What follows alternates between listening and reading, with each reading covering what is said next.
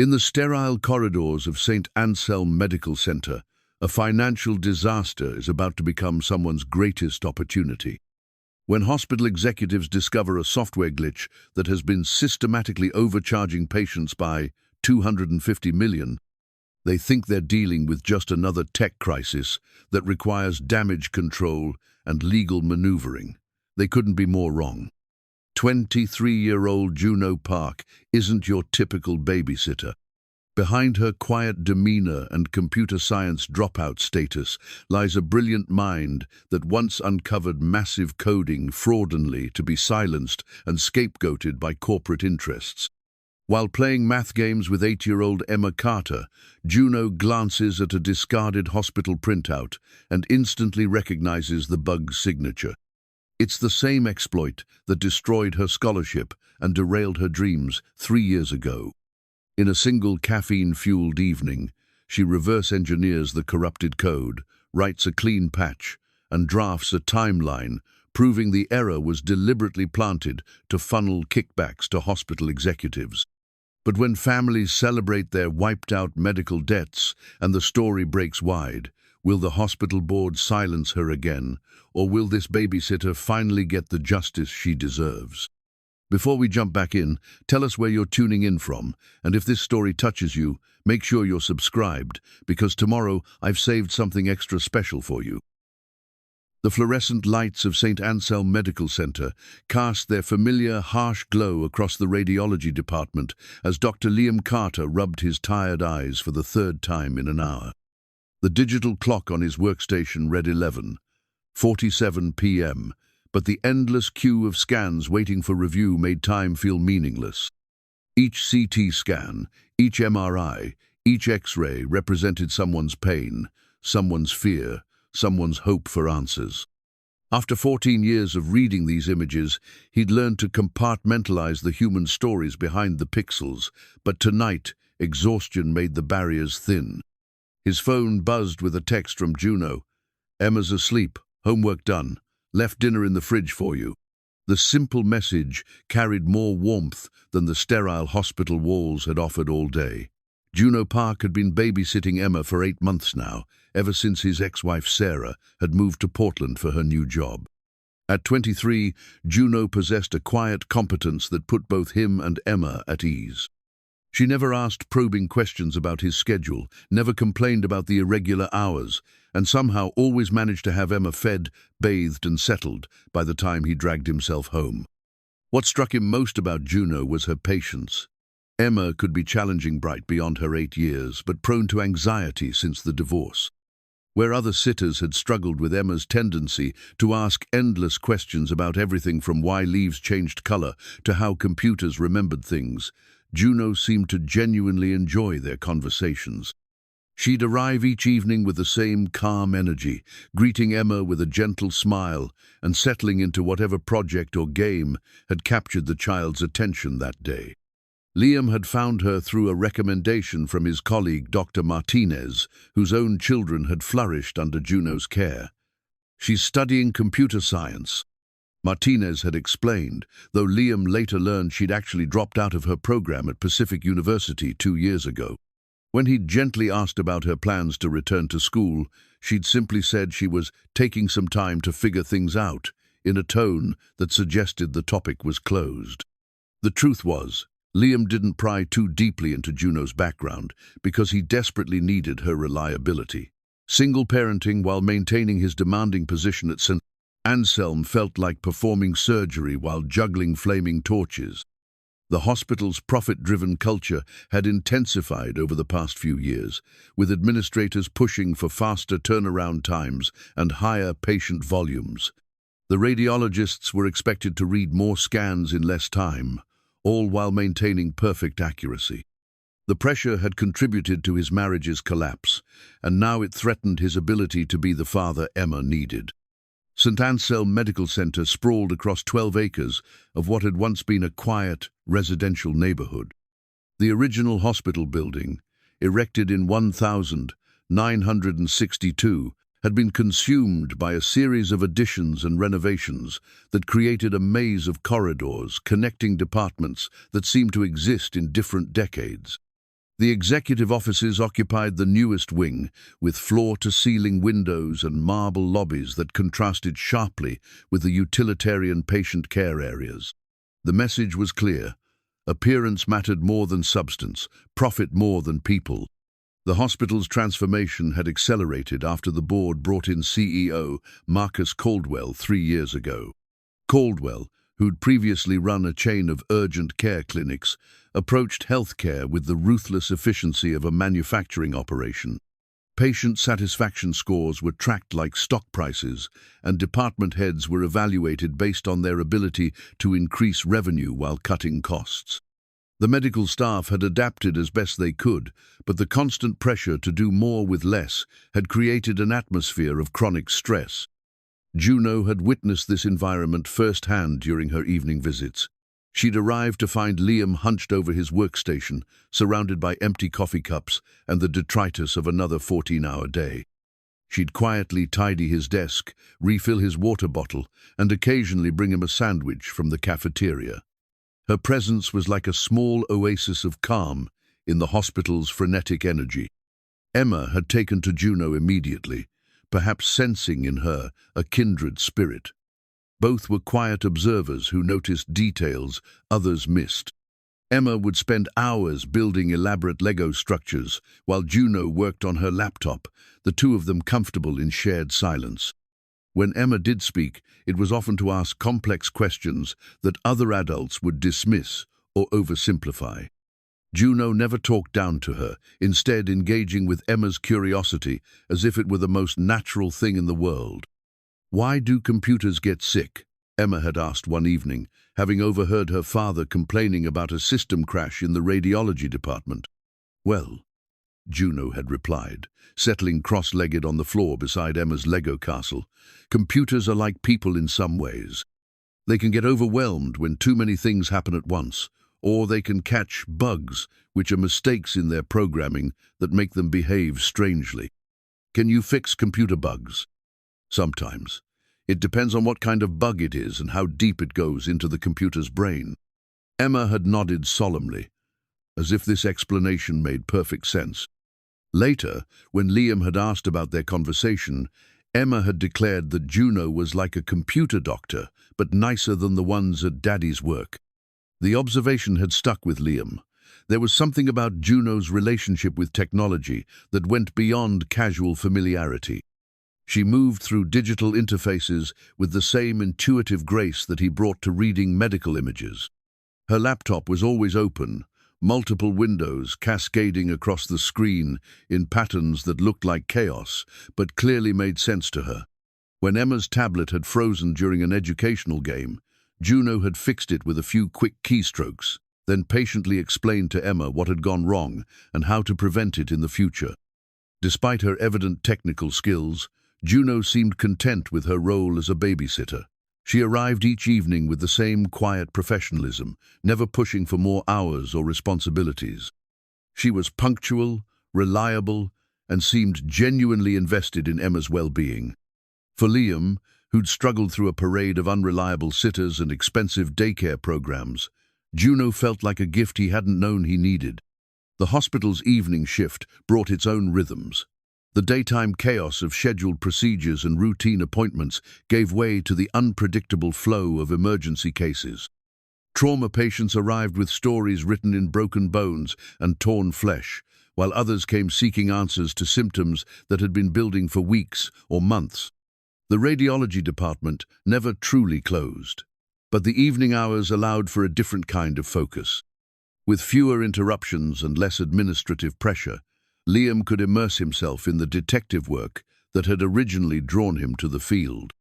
Tonight's cases included a teenager with persistent headaches, an elderly woman with chest pain, and a construction worker who'd fallen from scaffolding. Each scan told a story, and Liam's job was to read between the lines to find the subtle signs that others might miss. It was work that required both technical expertise and intuitive understanding, the ability to see patterns in the shadows and shapes that appeared on his monitors. His phone buzzed again, this time with a photo from Juno. Emma was curled up in her bed, fast asleep, clutching the stuffed elephant she'd had since she was 3. The caption read, "Sweet dreams. She wants to show you her math project in the morning." Emma's math project. Liam smiled, despite his exhaustion. His daughter had inherited his analytical mind, but applied it to problems that seemed far more creative than the medical mysteries he solved daily.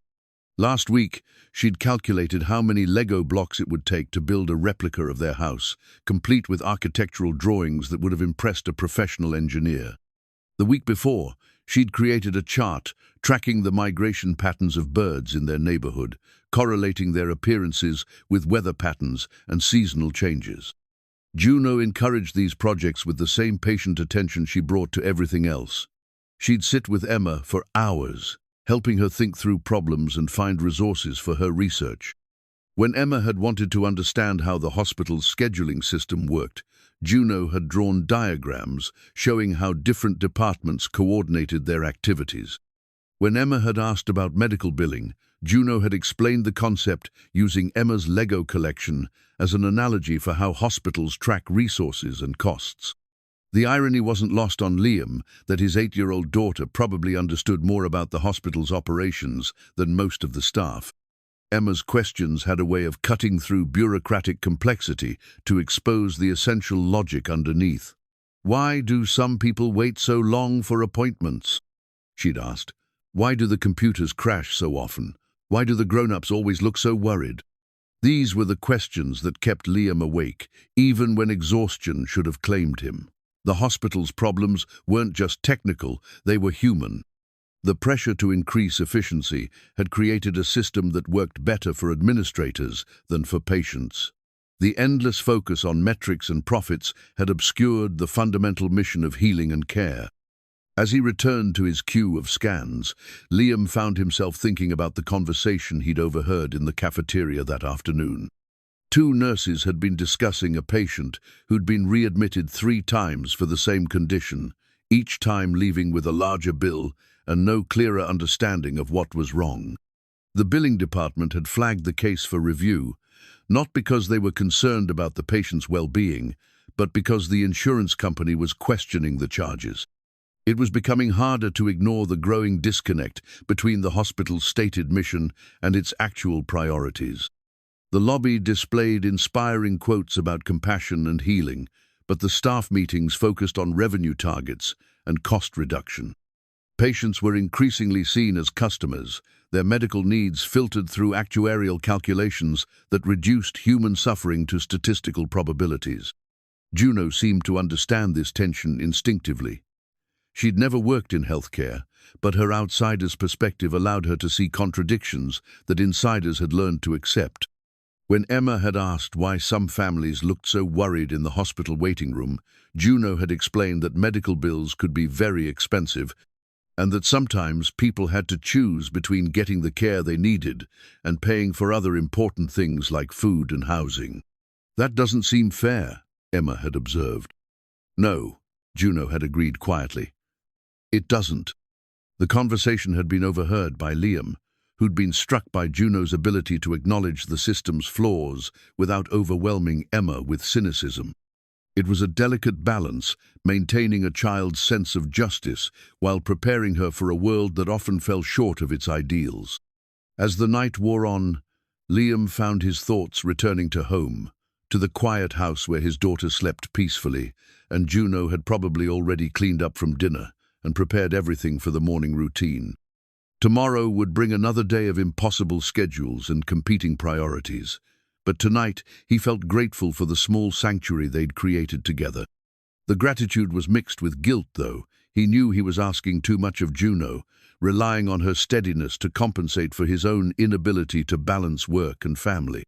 She never complained, never asked for more than the modest hourly rate they'd agreed upon, but he could see the way she absorbed the household's stress and transformed it into something manageable. What he didn't know, what he couldn't have known, was that Juno's calm competence masked a brilliant mind that had once been on track for a very different kind of life. Her patient explanations to Emma about computer bugs and system crashes came from hard-won expertise, not casual interest. Her ability to see patterns and connections wasn't just intuitive, it was the result of training that had been cut short by betrayal and institutional cowardice. The hospital invoice printout sitting in his jacket pocket, forgotten after a brief meeting with the billing department, would soon become the key that unlocked everything. But for now, in the quiet hours before dawn, Liam Carter finished his shift, unaware that his reliable babysitter was about to become the most important person in St. Anselm Medical Center's history. Friday evening arrived with the peculiar tension that seemed to permeate St. Anselm Medical Center whenever something went seriously wrong. Liam noticed it first in the way conversations stopped when he entered the break room, in the hushed phone calls that ended abruptly when he passed administrative offices. By 6 o'clock, the rumor mill had produced a dozen theories ranging from a malpractice lawsuit to a Joint Commission surprise visit. The truth, when it finally emerged during an emergency department meeting, was both simpler and more catastrophic than anyone had imagined. "We've discovered a significant error in our billing system," announced Chief Financial Officer Rebecca Torres, her usually composed demeanor cracked by barely concealed panic. "Preliminary analysis suggests the error may have affected patient invoices over several months, potentially resulting in substantial overcharges." The room erupted in whispered conversations as the implications sank in. Dr. Martinez leaned toward Liam and muttered, "How substantial are we talking?" Torres cleared her throat. "The IT department is still quantifying the scope, but early estimates suggest the total may exceed $200 million. The silence that followed was deafening. $200 million represented months of revenue for the hospital, but more importantly, it represented thousands of families who had received bills they couldn't afford for care they desperately needed. "What's being done to address this?" asked Dr. Chen from oncology. "All billing systems have been temporarily suspended while we investigate the source of the error," Torres replied. "We're working with our software vendor to identify and correct the problem. In the meantime, no new invoices will be generated, and we're reviewing all charges from the past 6 months." Liam felt his stomach drop. If the billing systems were down, the hospital's entire financial operation would grind to a halt. Insurance claims couldn't be processed, patient accounts couldn't be updated, and the complex web of payments that kept the institution functioning would collapse. "How long until the systems are back online?" someone called out. "We're hoping for a resolution within 72 hours, Torres said, though her tone suggested this was more wishful thinking than realistic timeline. As the meeting dispersed, Liam found himself thinking about the families in the waiting rooms, the ones who clutched insurance cards and payment plans like talismans against financial ruin. The hospital's billing practices had always seemed aggressive to him, but he'd assumed that was simply the reality of modern healthcare economics. The possibility that patients had been systematically overcharged for months made him feel complicit in something he didn't fully understand. By 7 o'clock, when Juno arrived for her evening shift with Emma, Liam was still processing the news. He met her at the front door, his usual greeting replaced by distracted muttering about system failures and administrative nightmares. "Rough day?" Juno asked, setting down her backpack and laptop bag with practiced efficiency. "The hospital's billing system crashed," Liam explained, loosening his tie. "Or rather, they discovered it's been malfunctioning for months. Apparently, we've been overcharging patients to the tune of hundreds of millions of dollars." Juno paused in the act of hanging up her jacket. "Hundreds of millions?" "That's what they're saying. The whole thing's a mess. I'll probably be stuck there until midnight trying to figure out how this affects the radiology department's budget." Emma appeared in the hallway, already in her pajamas despite the early hour. "Daddy, can Juno help me with my math project? Mrs. Peterson wants us to create word problems using real numbers." "Of course, sweetheart," Liam said, kissing the top of her head. "Just remember what we talked about regarding bedtime." As he gathered his papers and prepared to return to the hospital, Liam pulled the crumpled billing printout from his jacket, Pokita sample invoice he'd been given during the afternoon's meeting. "Here," he said, tossing it onto the kitchen counter. "If you need an example of real numbers gone wrong, there's your word problem." The printout landed beside Emma's math homework, just another piece of adult paperwork in a household where medical documents and insurance forms were as common as grocery lists. Liam kissed Emma goodbye, squeezed Juno's shoulder gratefully, and headed back into the evening to face whatever crisis awaited him at St. Anselm. Juno settled into the familiar routine of helping Emma with homework, but her attention kept drifting to the discarded printout. Even folded and partially obscured by Emma's worksheets, she could see fragments of the billing code structure that made her pulse quicken with recognition. "What's 17 times 43? Emma asked, pencil poised over her worksheet.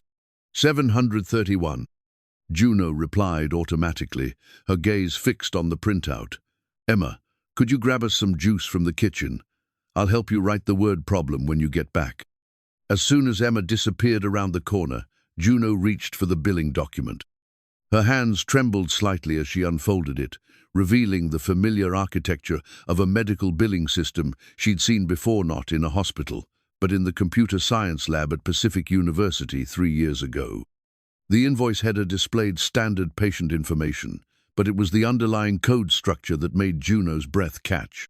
Embedded in the seemingly innocuous formatting were the digital fingerprints of a billing algorithm she recognized with sickening clarity. The same algorithm that had destroyed her academic career and shattered her faith in institutional justice. 3 years ago, Juno had been Pacific University's most promising computer science student, working on her senior capstone project under Dr. Elizabeth Hartwell. The project involved auditing billing software for the university's medical clinic, a seemingly straightforward assignment that had uncovered a sophisticated fraud scheme. The software, developed by a consulting firm called Meridian Systems, contained hidden code that systematically inflated charges by small percentages amounts, too small for individual patients to notice, but substantial enough to generate millions in excess revenue over time. Juno's discovery should have been celebrated. Instead, it had been suppressed. When she'd presented her findings to Dr. Reverblins, the Lars Roche Meisteven Zero Gain, Hartwell and the university administration, she'd been accused of fabricating evidence to mask her own academic failures.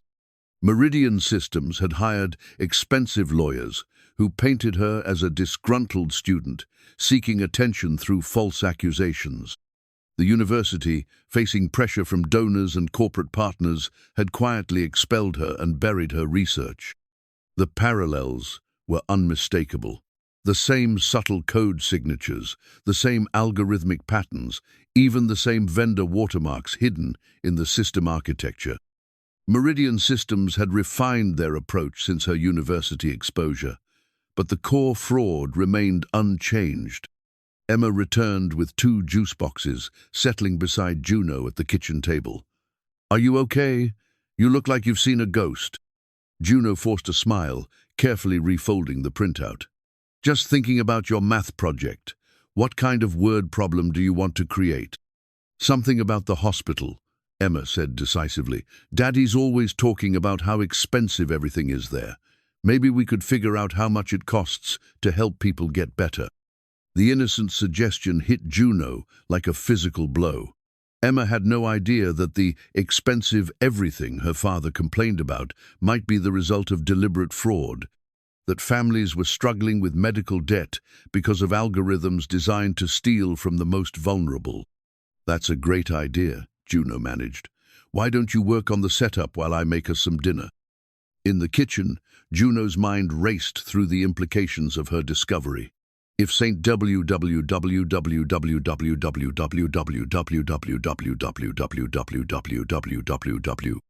Anselm was using Meridian Systems software, and if that software contained the same fraudulent algorithms she'd identified years ago, then hundreds of families were paying inflated bills, while hospital executives and software vendors profited from their suffering. The logical part of her mind warned against getting involved. She'd tried to expose fraud before and had been destroyed for her efforts. Her scholarship had been revoked, her academic reputation ruined, and her dreams of a career in ethical technology development crushed under the weight of corporate lawyers and institutional cowardice. But as she watched Emma work diligently on her math homework, her tongue poking out in concentration as she struggled with multiplication tables, Juno felt something shift inside her. This wasn't about abstract principles of justice or academic integrity. This was about Emma's future, about the families in the hospital waiting rooms, about the fundamental question of whether truth mattered more than profit. Her phone buzzed with a text from her former roommate at Pacific. "Saw the news about the hospital billing mess. Crazy coincidence, right?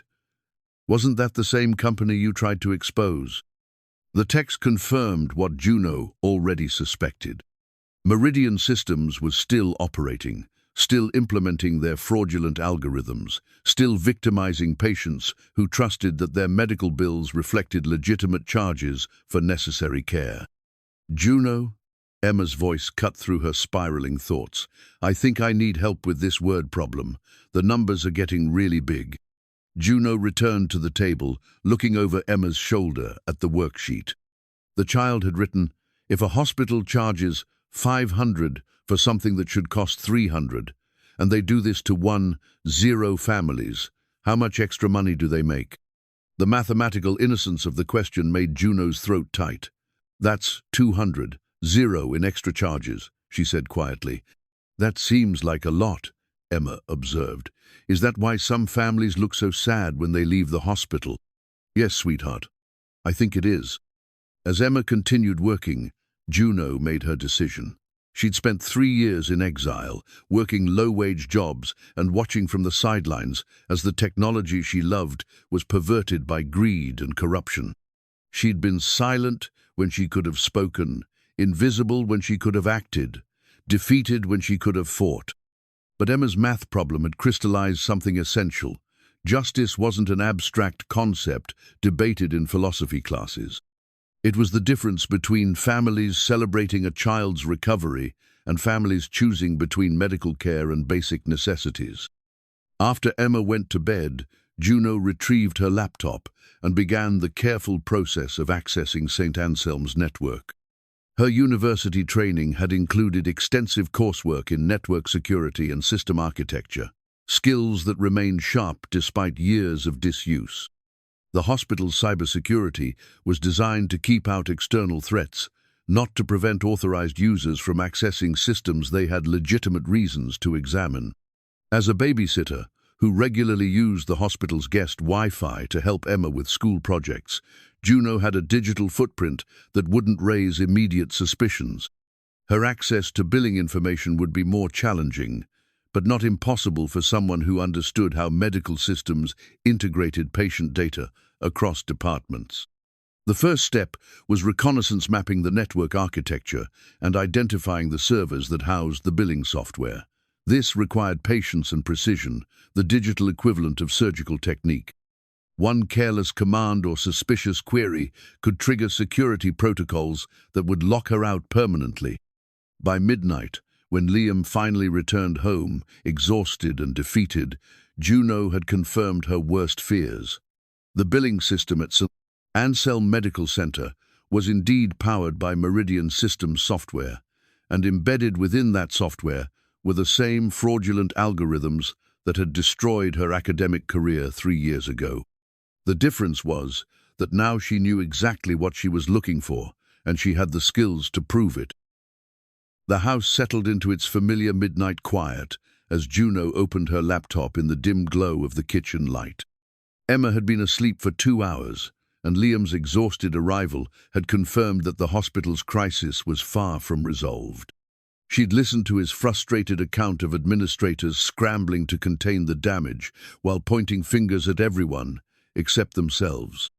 "They're calling it a system anomaly," he'd said, loosening his tie with weary resignation, as if $200 million in overcharges just happened by accident.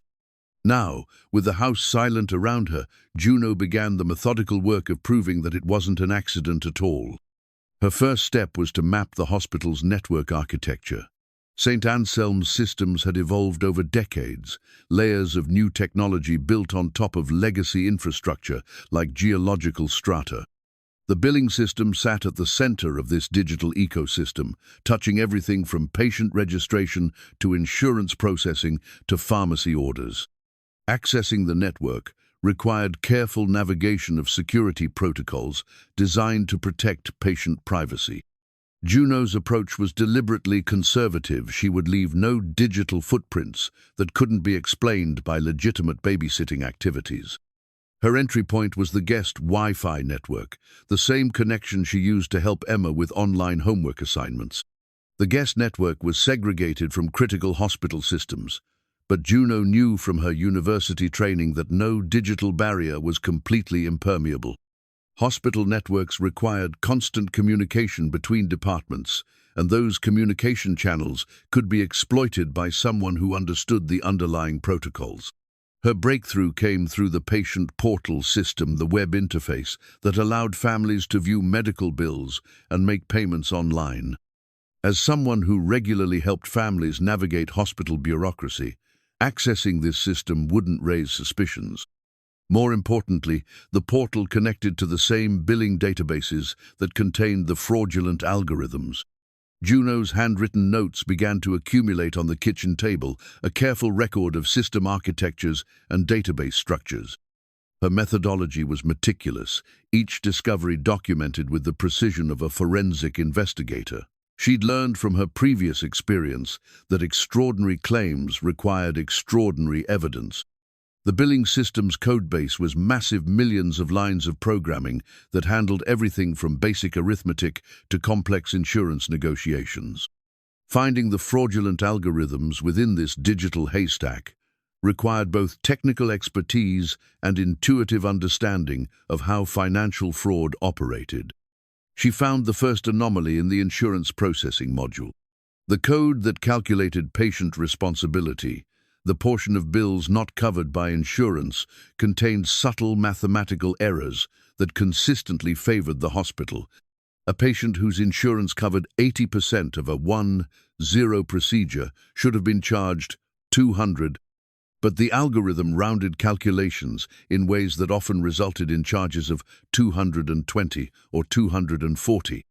The difference seemed insignificant for individual transactions, but across thousands of patients, it generated substantial excess revenue. The pattern became clearer as Juno dug deeper into the system. The fraudulent code wasn't randomly distributed, it was strategically placed in modules that processed the highest volume transactions. Emergency room visits, diagnostic imaging, surgical procedures, and prescription drugs all contained the same subtle mathematical manipulations. Most insidious was the way the algorithms targeted vulnerable populations. Patients without insurance faced the highest markup percentages, while those with premium insurance plans were charged rates closest to legitimate amounts. The system was designed to extract maximum profit from those least able to afford it. Juno's notes filled pages as she documented each discovery. Variable names, function calls, database queries, all the technical details that would be necessary to prove the fraud in court. She'd learned from her university experience that vague accusations wouldn't survive legal scrutiny. This time, she would have irrefutable evidence. The emotional weight of her discoveries pressed down like a physical force. Each fraudulent algorithm represented families choosing between medical care and basic necessities. Children going without school supplies so their parents could pay inflated medical bills. Elderly patients rationing prescription medications because the algorithms had made them unaffordable. By 3 a.m., Juno had identified 17 distinct points where the billing software systematically inflated charges. The fraud was sophisticated, woven throughout the system like a cancer that had metastasized over years of unchecked growth. The total impact exceeded even the hospital's preliminary estimate. Calculations suggested the overcharges might reach $300 million or more. The scope of the fraud raised troubling questions about institutional knowledge. The algorithms were too sophisticated and too thoroughly integrated to have been implemented without oversight. Someone at St. Anselm had to know about the systematic overcharging, which meant the discovery of the billing errors might be an attempt at damage control rather than genuine surprise. Juno's investigation led her into the hospital's financial records, where she found evidence that the fraudulent revenue had been carefully laundered through legitimate-seeming budget categories. Excess billing was recorded as efficiency improvements and process optimization, bureaucratic language that obscured the theft occurring beneath administrative euphemisms. The deeper she dug, the more she understood that this wasn't simply a case of defective software. The billing fraud was part of a larger pattern of corporate misconduct that prioritized profits over patients. The hospital's aggressive collection practices, its tendency to pursue legal action against families who couldn't pay their bills, and its resistance to charity care applications all made sense when viewed through the lens of systematic fraud. Her phone buzzed with a notification from the hospital's patient portala, security alert about unusual access patterns on the network. Juno's pulse quickened as she realized her investigation might have triggered automated monitoring systems. She quickly closed her laptop and cleared her notes from the kitchen table, her mind racing through possible explanations for her online activity. The paranoia felt familiar, an echo of the anxiety that had consumed her during the university scandal. Back then, she'd been naive enough to believe that truth would prevail over institutional self-interest.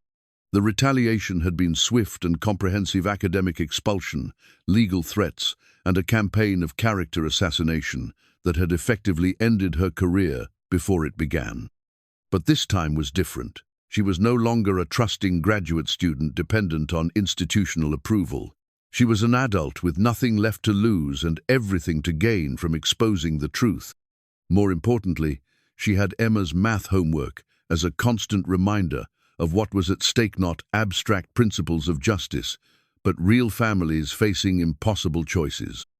As dawn approached, Juno began planning her next moves. Simply identifying the fraud wouldn't be enough. She needed to document its implementation, trace its financial impact, and develop a plan for exposing it in ways that couldn't be suppressed or discredited. The technical challenge was substantial, but manageable. The billing system's architecture was complex but not impenetrable, and her university training had prepared her for exactly this kind of forensic analysis.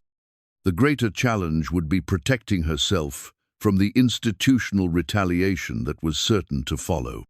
She thought about the families she'd seen in the hospital waiting rooms, clutching insurance forms and payment plans like shields against financial catastrophe. Their trust in the system's fairness was about to be shattered, but perhaps that shattering could lead to something better, a healthcare system that served patients rather than shareholders. The first step would be creating a comprehensive patch that not only fixed the fraudulent algorithms, but also generated an audit trail of all past transactions. The patch would need to be elegant enough to demonstrate her technical competence and thorough enough to withstand legal scrutiny. But before she could write a single line of code, she needed to gather more evidence. The billing fraud was just the beginning. If Meridian Systems was involved, there would be contracts, communications, and financial records that documented the conspiracy at higher levels. As Liam's alarm began ringing upstairs, signaling the start of another day in the crisis, Juno quietly packed away her notes and prepared to resume her role as the reliable babysitter. But underneath her calm exterior, something fundamental had changed. She was no longer running from her past. She was preparing to confront it with everything she'd learned from defeat. The kitchen returned to its normal appearance, just as Emma appeared in her pajamas, rubbing sleep from her eyes and asking if there were any pancakes for breakfast. Juno smiled and reached for the mixing bowl, her mind already planning the evening's work, while her hands performed the comforting ritual of making breakfast for a child who had no idea that her babysitter was about to take on one of the most powerful institutions in the city. Saturday evening found Juno back at her laptop, this time armed with a more sophisticated approach to penetrating St. Anselm's systems. Her morning research had revealed that the hospital's financial records were stored on servers with less robust security than the patient care system, a common oversight in healthcare institutions that prioritized medical privacy over financial transparency. Her entry point was the hospital's vendor management portal, a system that tracked contracts and payments to outside companies. As someone who'd helped families navigate insurance claims and billing disputes, accessing this information could be justified as research for patient advocacy. The portal's security was designed to keep out casual intruders, but Juno's university training had covered exactly these kinds of administrative databases. The Meridian Systems contract was buried in hundreds of vendor agreements, but Juno knew what to look for. The document that emerged from her search was a masterpiece of corporate obfuscation, 60 pages of legal language that obscured the true nature of the billing software's capabilities. The contract's technical specifications were particularly revealing.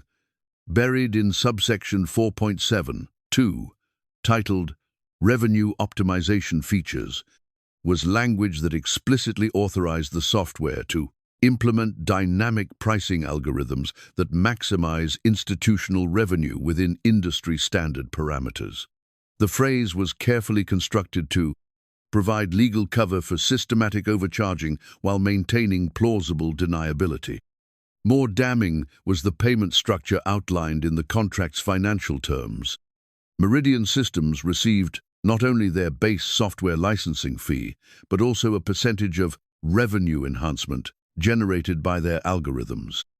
In essence, the company was directly incentivized to help the hospital overcharge patients, with their compensation tied to the amount of excess billing they could generate. Juno's investigation into the contract's negotiation history revealed email exchanges between hospital executives and Meridian representatives that bordered on conspiracy. CFO Rebecca Torres had explicitly requested aggressive revenue optimization while insisting that any billing modifications remain virtually undetectable to routine auditing procedures. The email trail led to even more disturbing discoveries. The billing fraud at St. Anselm wasn't an isolated incident. Meridian Systems had implemented similar schemes at hospitals across the region. The company's business model depended on systematic healthcare fraud, with each new contract expanding their network of institutional accomplices. Most shocking was the discovery that the hospital's board of directors had been fully briefed on the revenue enhancement capabilities when they approved the Meridian contract. Board meeting minutes from 18 months ago included explicit discussions of how the billing software could generate additional revenue without triggering regulatory oversight. The fraud wasn't a rogue operation, it was official hospital policy. The financial impact was staggering. Juno's analysis of transaction records revealed that the fraudulent algorithms had generated nearly $280 million in excess revenue over the past 2 years. The money hadn't been hoarded, it had been systematically distributed to hospital executives through bonus programs tied to operational efficiency and financial performance. As she documented these discoveries, Juno began to understand the true scope of the conspiracy. This wasn't just billing software run amok, it was an elaborate scheme that enriched hospital administrators and software vendors at the expense of vulnerable patients. The victims included cancer patients struggling with treatment costs, families bankrupted by emergency room visits, and elderly patients choosing between medications and housing.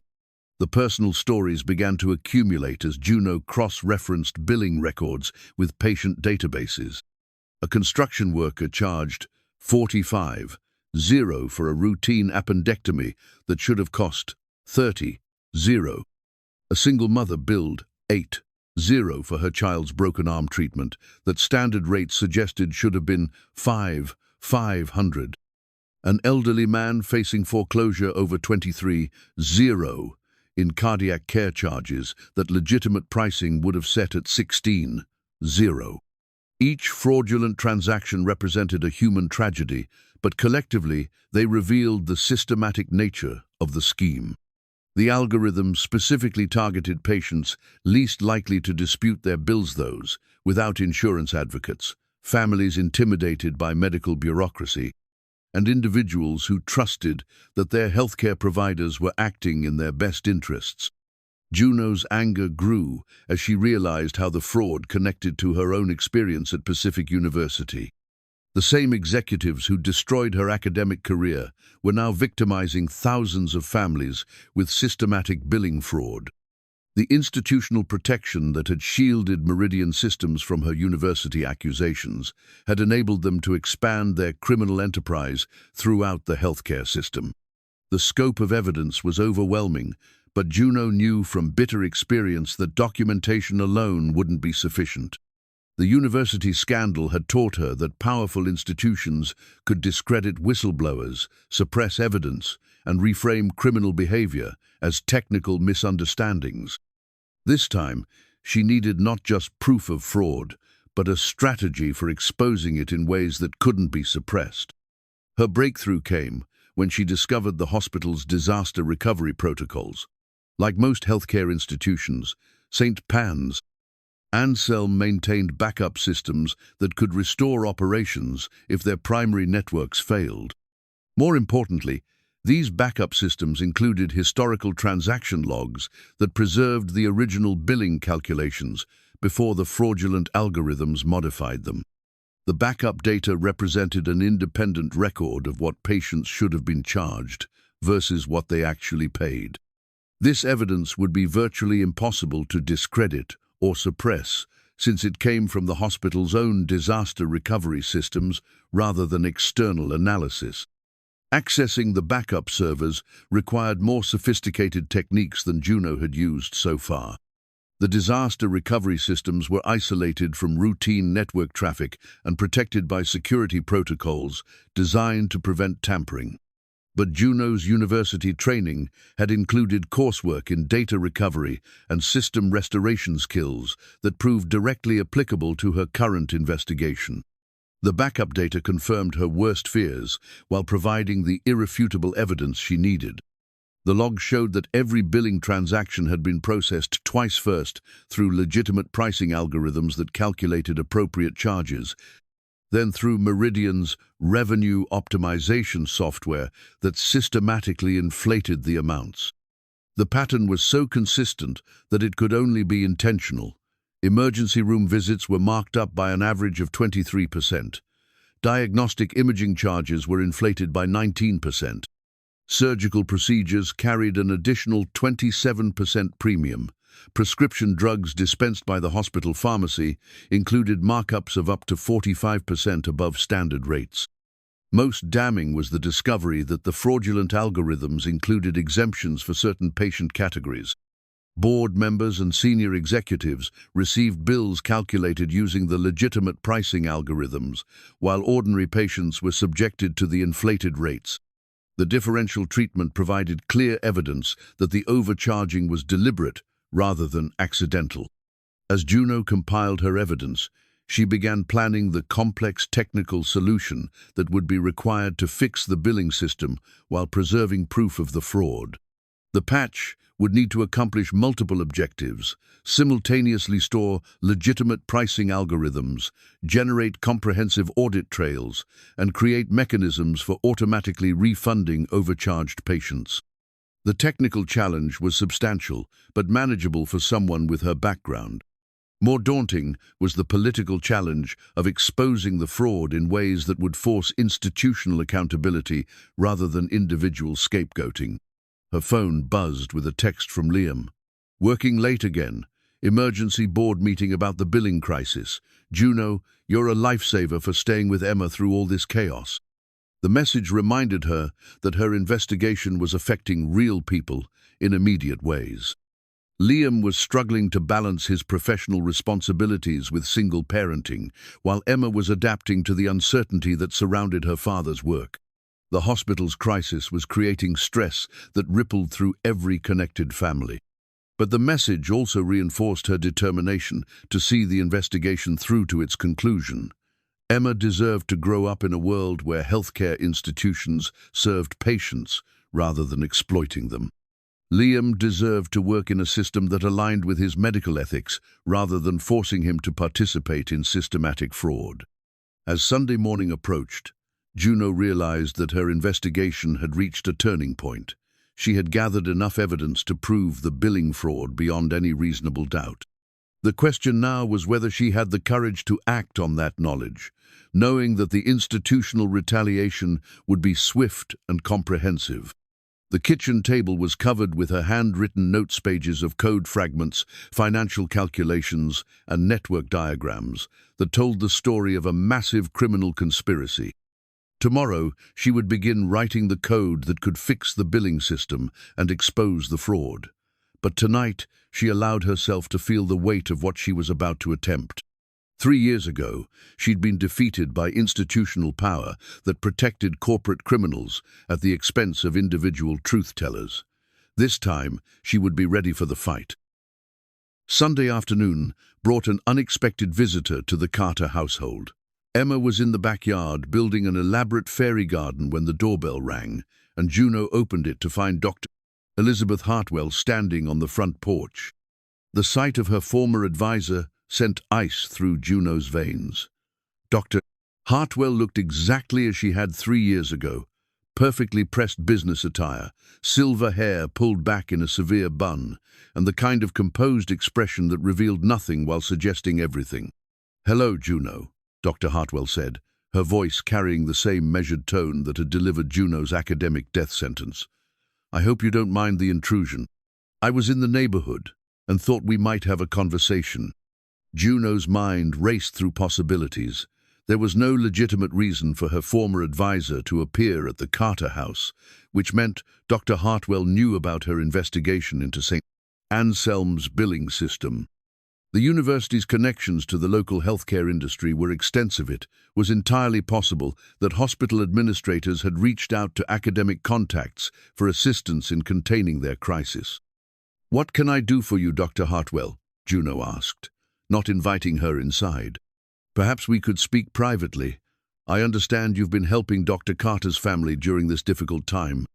Such dedication to service is admirable, though I can't help wondering if you might be taking on responsibilities beyond your current qualifications."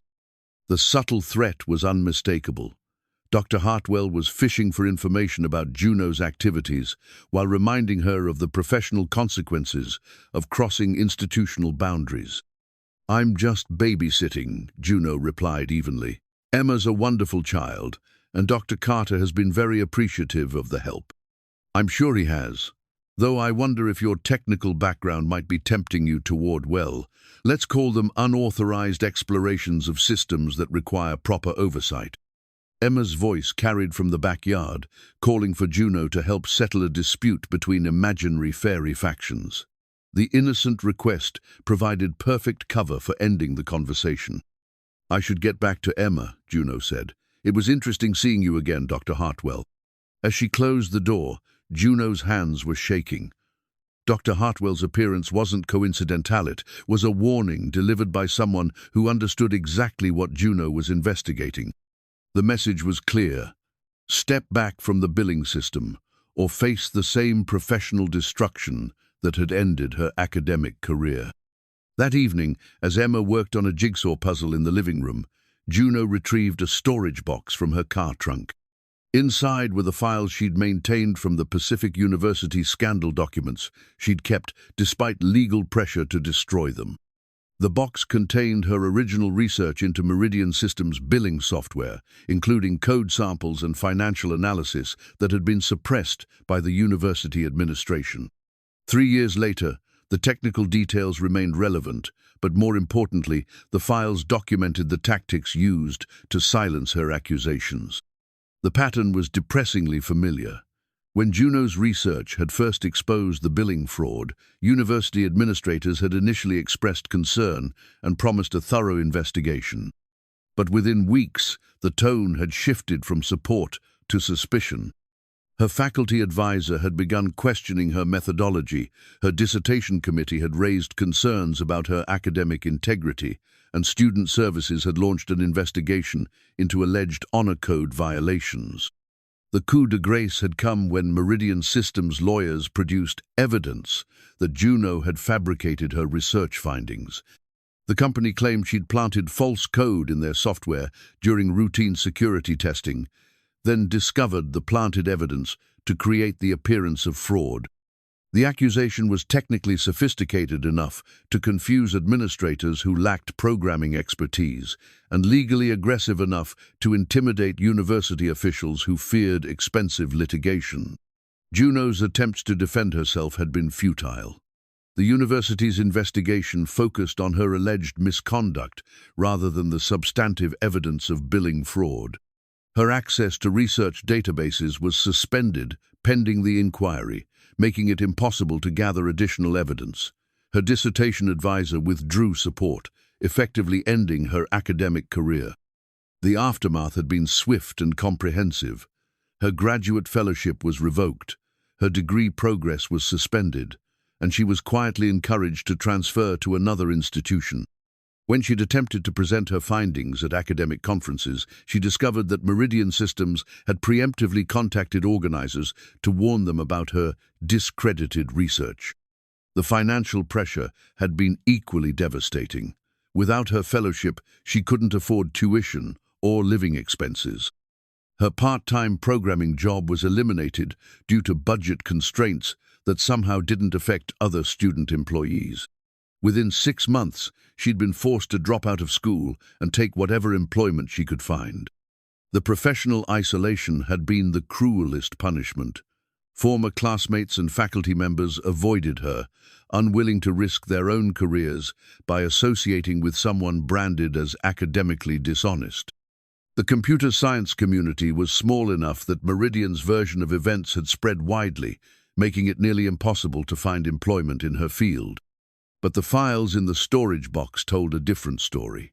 Juno's original research had been methodologically sound and factually accurate. The billing fraud she'd identified at Pacific University was real, substantive, and carefully designed to avoid detection. Her technical analysis had been sophisticated enough to penetrate Meridian's security measures and document their criminal enterprise in detail. The difference between her university investigation and her current work at St. Anselm was that now she understood the political dimensions of institutional fraud. Exposing criminal behavior wasn't simply a matter of gathering evidence. It required strategy, allies, and careful timing to prevent the kind of retaliation that had destroyed her career. Emma looked up from her puzzle, noting Juno's tense expression. "Are you sad about something?" "Just thinking about old times," Juno replied, carefully returning the files to their box.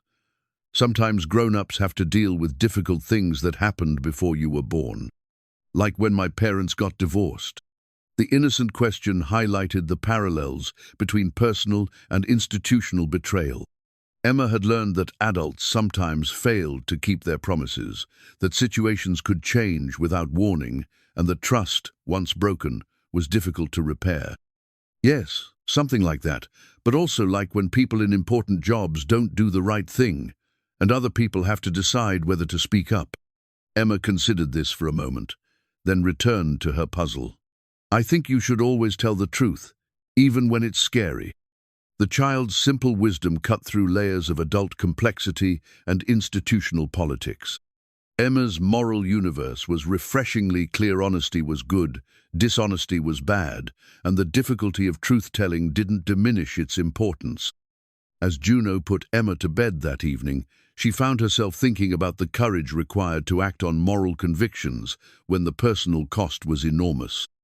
3 years ago, she'd been naive enough to believe that institutional systems would protect truth-tellers and punish wrongdoers.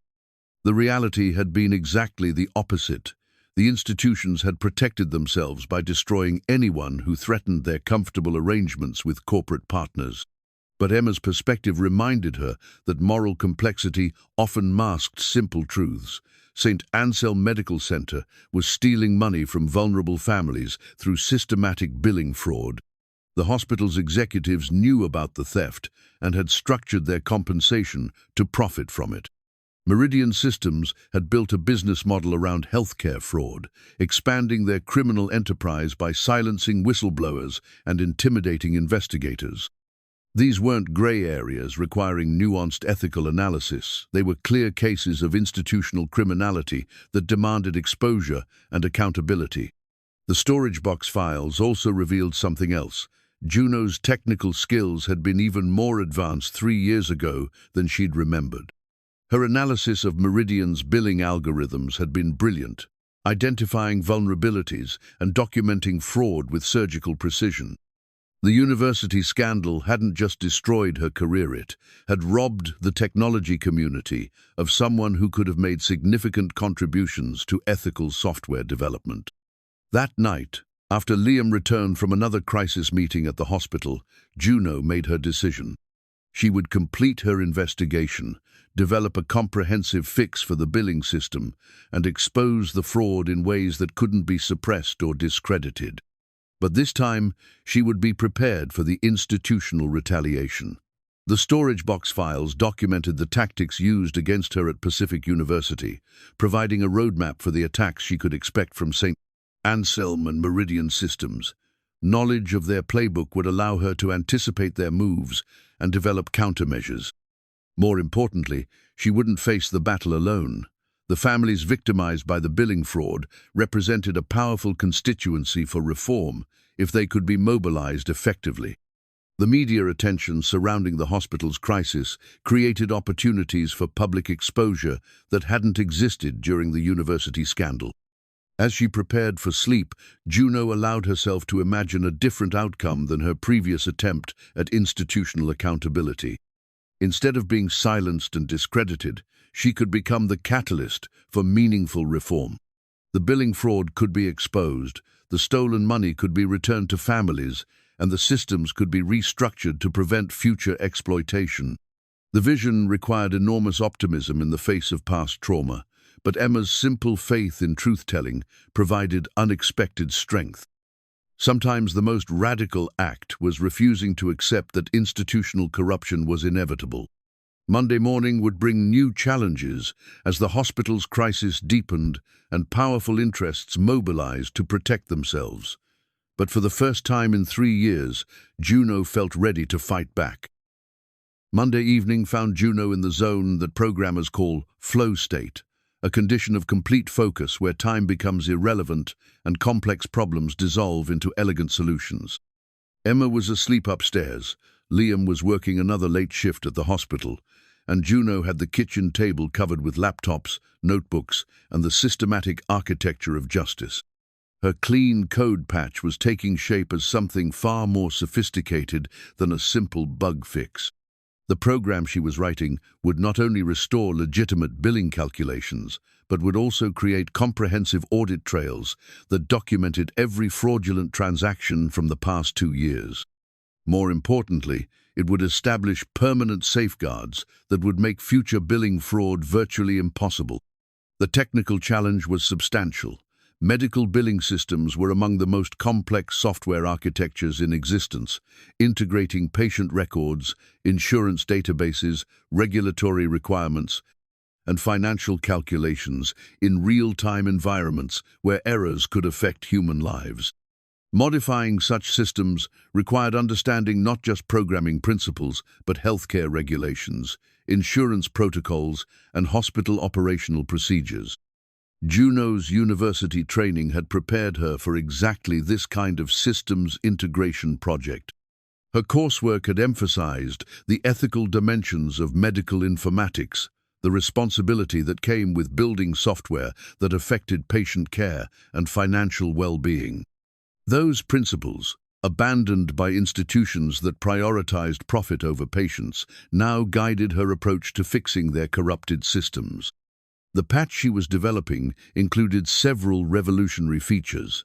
First, it would implement transparent pricing algorithms that calculated charges based on actual resource costs rather than profit maximization.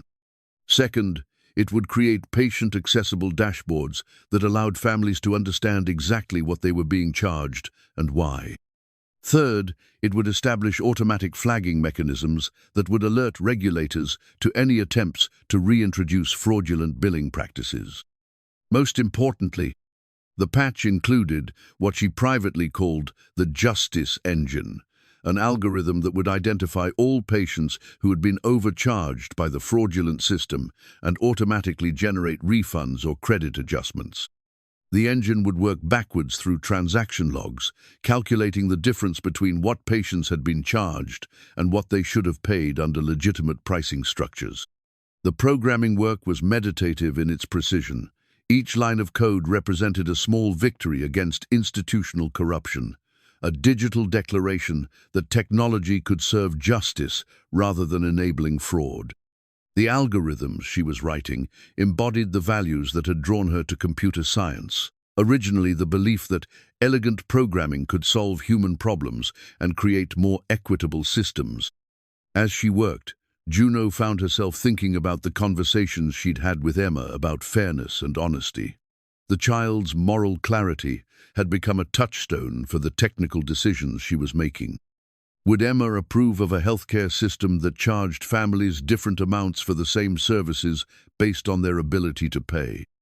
Would she understand why some patients received bills they couldn't afford while hospital executives received bonuses for increasing revenue? The questions weren't abstract, they shaped the fundamental architecture of the patch she was developing.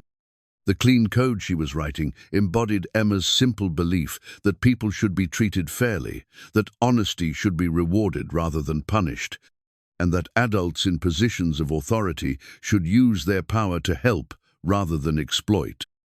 Her phone buzzed with a text from an unknown number. "Miss Park, we understand you've been asking questions about hospital billing practices. Perhaps we could arrange a conversation about your future in the technology sector.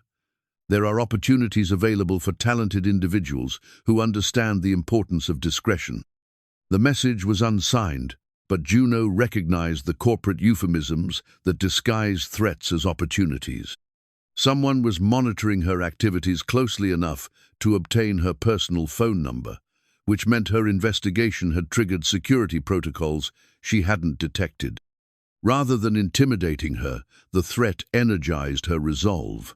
The fact that powerful interests were attempting to buy her silence confirmed that her investigation was accurate and damaging.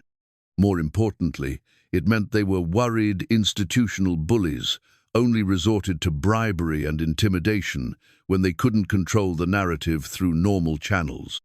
She responded with a simple message: "Not interested, but thank you for confirming that I'm on the right track." The response was immediate. "Miss Park, we strongly advise you to reconsider. Your previous experience at Pacific University demonstrates the consequences of pursuing unfounded accusations against respected institutions." The explicit reference to her university scandal eliminated any doubt about who was behind the messages.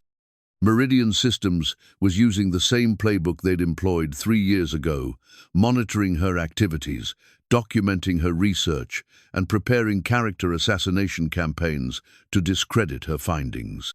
But this time, Juno was prepared for their tactics. She'd already created encrypted backups of her research, distributed across multiple secure servers.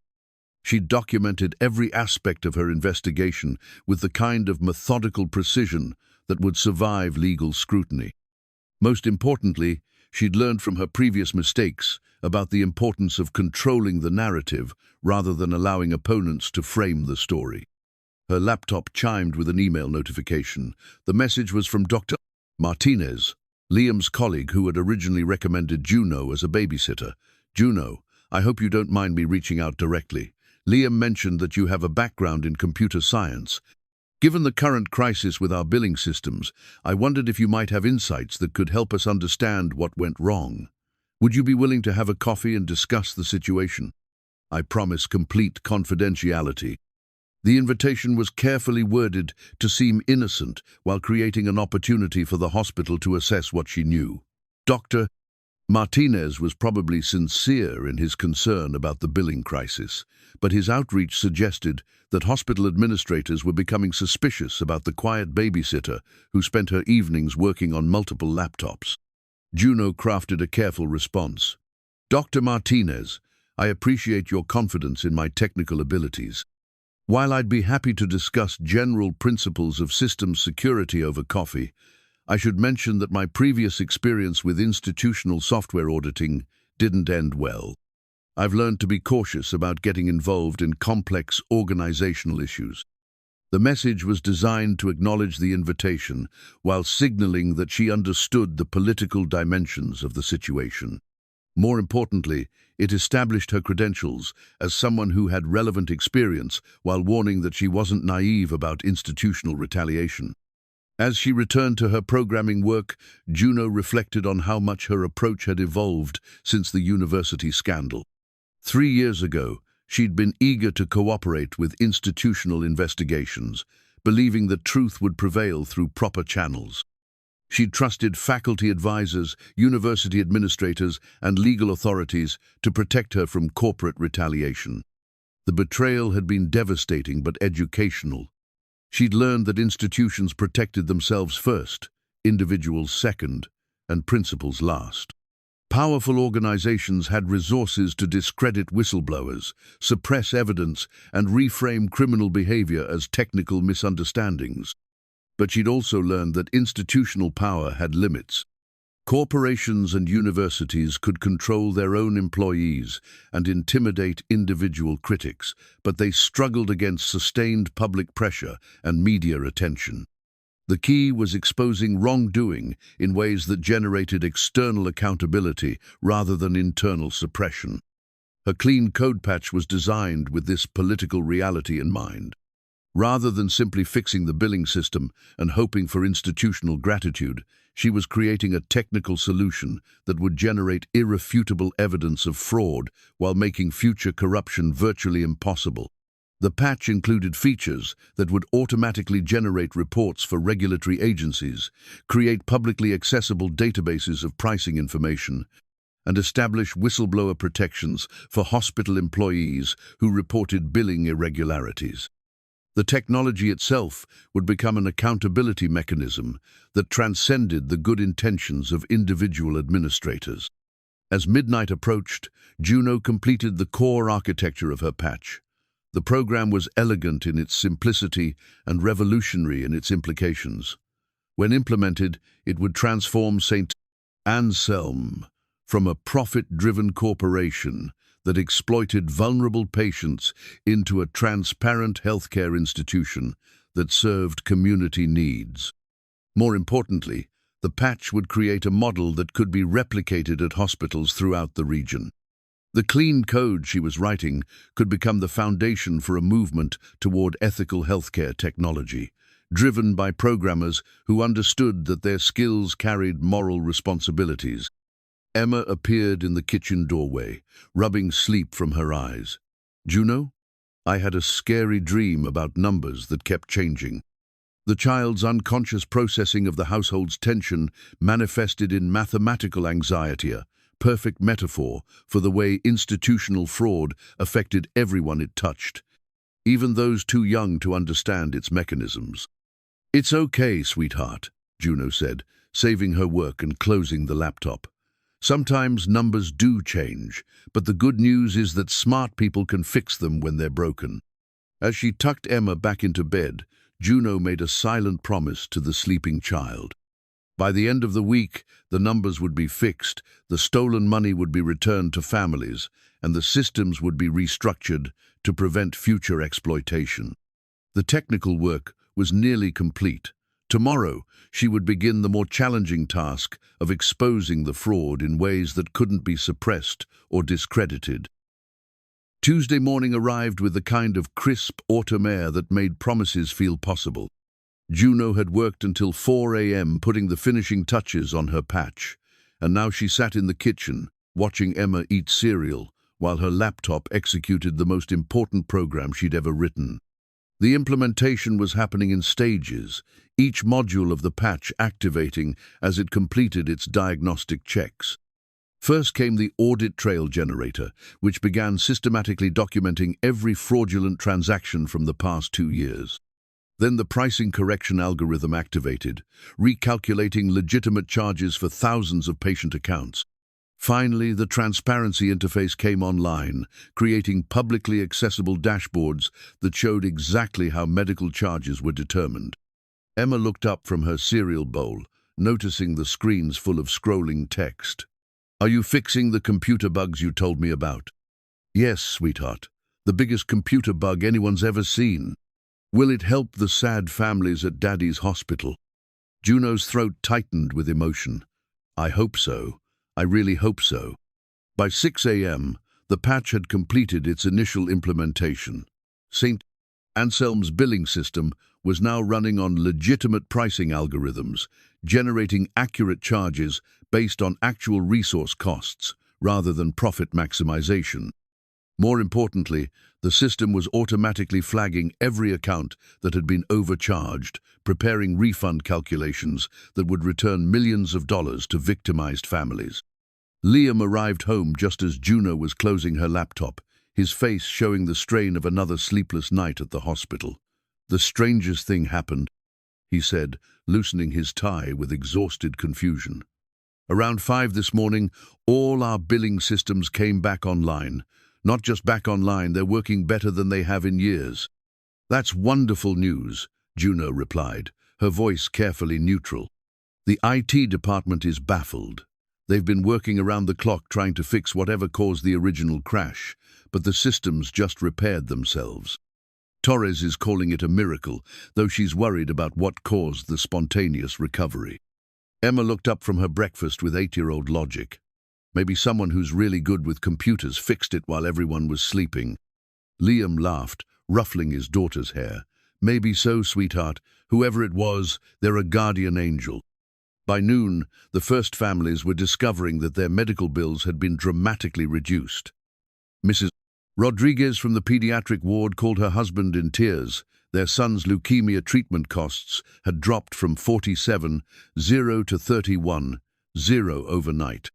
The construction worker who'd been facing foreclosure over his cardiac care bills found that his debt had been cut nearly in half. The hospital's customer service department was overwhelmed with calls from patients asking about the sudden changes to their accounts. The standard response was that a system error correction had identified previous overcharges and automatically generated adjustments. Most families were too relieved to ask detailed questions about the technical causes. But the hospital's executive suite was in crisis mode. CFO Rebecca Torres convened an emergency meeting with department heads, demanding explanations for billing changes that she hadn't authorized. The IT department insisted they hadn't modified any pricing algorithms, while the accounting staff reported that patient accounts were being automatically adjusted by programs they couldn't identify or control. Someone has taken control of our billing system, Torres announced to the assembled executives. We need to determine who has this capability and what their intentions might be. Dr. Martinez, attending the meeting as representative of the medical staff, raised a concern that others had been avoiding. Rebecca, perhaps we should focus less on who made these changes and more on whether they're actually correcting previous errors.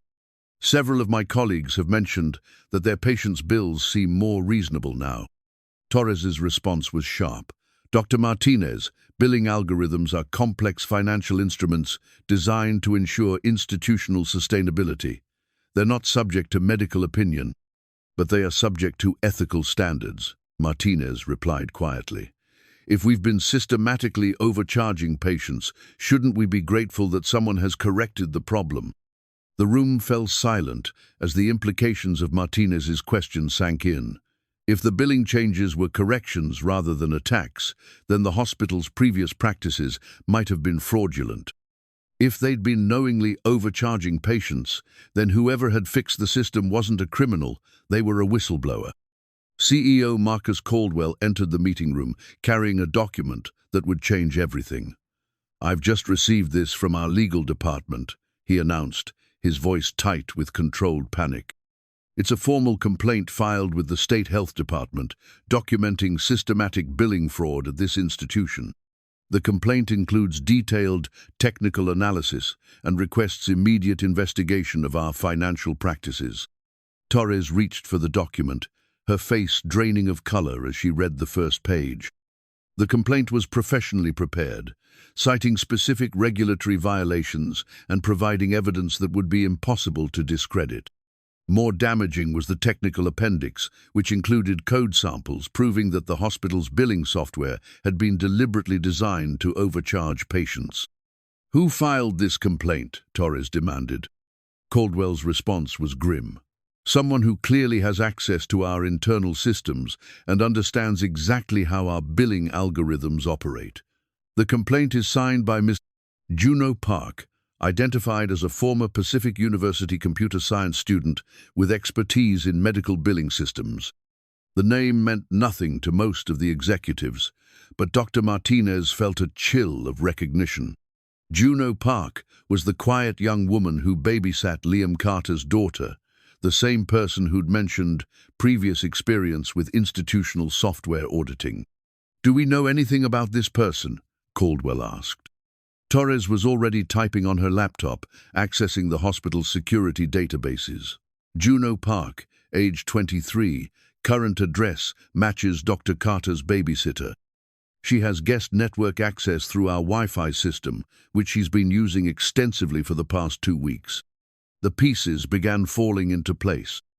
The reliable babysitter who helped Emma with homework had been systematically penetrating the hospital's network, documenting their billing fraud, and preparing evidence for regulatory authorities. The quiet young woman who'd impressed everyone with her patience and competence had been conducting the most sophisticated investigation in the hospital's history. "She's been in our systems for weeks," Torres continued, her voice rising with each discovery. "Look at these access logs. She's been reviewing financial records, analyzing billing algorithms, and downloading transaction data. Everything we thought was secure has been compromised." Dr. Martinez found himself in the unexpected position of defending someone he barely knew. "Perhaps we should consider that if Ms. Park has identified legitimate problems with our billing practices, we should be addressing those problems rather than vilifying the person who exposed them." Caldwell's response was swift and decisive. "Dr.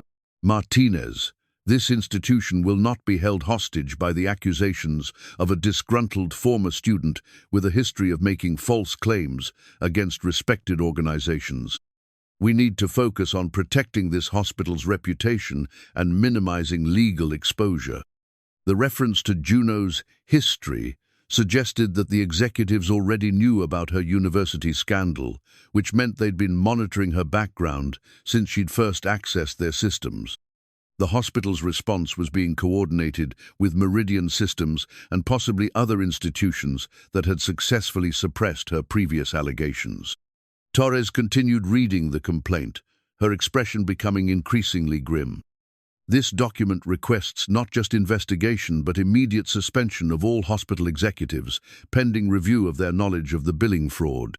It demands asset freezes to prevent the concealment of evidence and recommends criminal prosecution for systematic healthcare fraud." The room erupted in panicked conversations as executives realized that their careers and freedom were at risk. The comfortable assumption that institutional power could suppress individual accusations was crumbling in the face of technical evidence that couldn't be discredited. But the most devastating revelation was yet to come. Torres's laptop chimed with an incoming email marked "Urgent" from the State Health Department's Regulatory Compliance Division. The message was brief and formal. "This department has received credible allegations of systematic billing fraud at your institution. A formal investigation will commence within 72 hours. Please ensure that all financial records and electronic systems remain unchanged, pending regulatory review." The hospital's crisis had just escalated from internal damage control to external legal jeopardy. More importantly, the regulatory attention meant that the normal tactics of character assassination and evidence suppression wouldn't be sufficient to contain the scandal. In the parking lot outside, families were calling friends and relatives to share the incredible news that their medical bills had been reduced overnight. Social media posts were beginning to spread word of the mysterious billing corrections, with patients speculating about what had caused the sudden change. The story was already beyond the hospital's ability to control, and it was about to become much bigger. Juno's carefully planned exposure had created exactly the kind of external pressure that institutional power couldn't suppress. The quiet babysitter who'd spent her evenings helping Emma with homework had just toppled one of the region's most powerful healthcare institutions. But the real battle was just beginning. Wednesday morning brought media vans to the hospital parking lot and reporters to the Carter family's front door. The story had broken overnight when a local news station picked up social media posts about the mysterious billing corrections, and by dawn it had become the lead story on every regional news outlet. Juno had anticipated the media attention, but she hadn't prepared for the intensity of public interest. Families who'd been struggling with medical debt were sharing their stories of sudden relief, while patient advocacy groups were demanding explanations for what they were calling the largest healthcare billing scandal in state history. Emma pressed her face against the living room window, watching reporters set up cameras on their quiet residential street. Why are all these people here? Because sometimes when someone does something really important, other people want to know about it, Juno explained, gently guiding Emma away from the window. Did you do something important? The direct question deserved an honest answer. I tried to help some families who were being charged too much money for medical care. Like Robin Hood? Juno smiled despite the tension, something like that. Liam had called in sick to work for the first time in 5 years, unable to face the chaos at the hospital while reporters were camping outside his house. The irony wasn't lost on him that his reliable babysitter, the person who'd made his demanding schedule possible, was apparently the source of the crisis consuming his workplace. I need to understand what's happening, he said, settling beside Juno on the couch while Emma played in the kitchen. The hospital is saying you illegally accessed our computer systems and filed false accusations, but the families are saying their bills have been corrected and they're getting refunds they never expected. Juno had dreaded this conversation, but she owed Liam honesty. 3 years ago, I discovered billing fraud at a university clinic. When I tried to report it, I was expelled and my career was destroyed. The same company that created that fraudulent software is running the billing system at your hospital. Meridian Systems, Liam said quietly. You know about them. I've been hearing their name a lot in the administrative meetings. Rebecca Torres loves their revenue optimization features. His expression darkened as the implications became clear. You're saying the hospital has been deliberately overcharging patients? For the past 2 years, systematically, the algorithms are designed to inflate bills while remaining undetectable to routine auditing. They specifically target the most vulnerable patients, those without insurance advocates, families intimidated by medical bureaucracy, people who trust that their healthcare providers are acting ethically. Liam was quiet for a long moment, processing the reality that his workplace had been systematically victimizing the families he'd sworn to help. How much money are we talking about? Nearly $300 million in excess charges. The patch I implemented has identified every fraudulent transaction and calculated appropriate refunds. You implemented a patch? You actually fixed the hospital's billing system?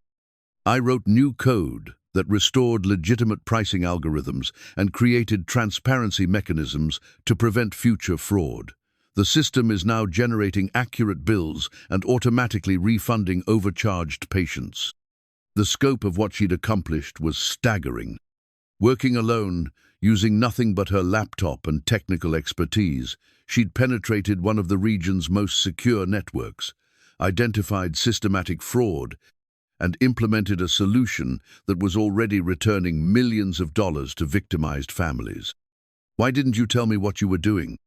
Because 3 years ago, when I tried to work within institutional channels, I was destroyed.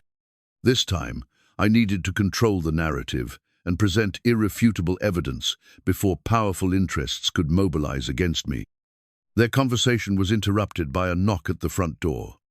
Through the window, they could see Dr. Martinez standing on the porch, deliberately positioned away from the news cameras. Dr. Martinez wants to see you, Liam called to Juno. He's alone. Martinez entered the house with the careful demeanor of someone navigating hostile territory. As one of the hospital's most respected physicians, his presence carried weight that extended beyond his formal authority. "Miss Park," he said, extending his hand, "I wanted to thank you personally for what you've done. My patients are calling me in tears not because they're devastated by medical bills, but because they're relieved to discover they can afford the care they need." The gratitude was genuine, but Juno detected underlying concern.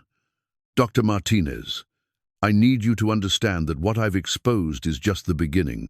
The billing fraud is connected to broader patterns of corporate misconduct that extend throughout the healthcare system. I believe you, but I'm worried about what happens next. The hospital's board is meeting this afternoon to discuss their response, and there are powerful interests that don't want this story to continue expanding." Martinez's warning carried the weight of institutional knowledge. As someone who'd worked within the healthcare system for decades, he understood how corporate power operated when threatened by exposure. "What are they planning?" Juno asked. "They're going to try to discredit you personally while framing the billing issues as technical errors rather than deliberate fraud. They'll argue that your unauthorized access to hospital systems constitutes criminal hacking, and they'll use your previous experience at Pacific University to suggest a pattern of unfounded accusations." The strategy was exactly what Juno had expected, but Martinez's insider knowledge provided crucial tactical intelligence. "Do you think they'll succeed?" "Not this time.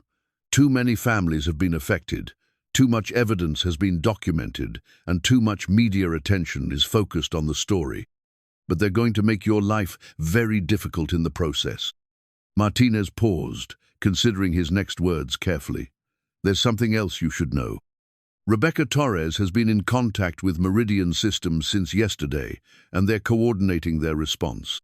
The same lawyers who suppressed your university accusations are now working to contain this scandal."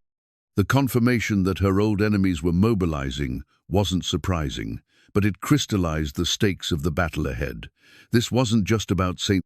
Anselm Medical Center. It was about whether corporate fraud could be successfully exposed and prosecuted, or whether institutional power would once again prevail over individual truth-telling.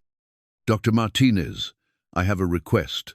When the board meets this afternoon, I want to address them directly. I want to present my evidence and my demands for institutional reform." Martinez looked skeptical. "Juno, they're not going to give you a platform to accuse them of criminal behavior. They're more likely to have you arrested for trespassing." "Then I'll present my case to the media and the regulatory authorities, but I'd prefer to give the hospital an opportunity to negotiate a resolution before this becomes a prolonged legal battle." As Martinez left, Juno began preparing for the confrontation she'd been planning since the night she'd first recognized the billing fraud.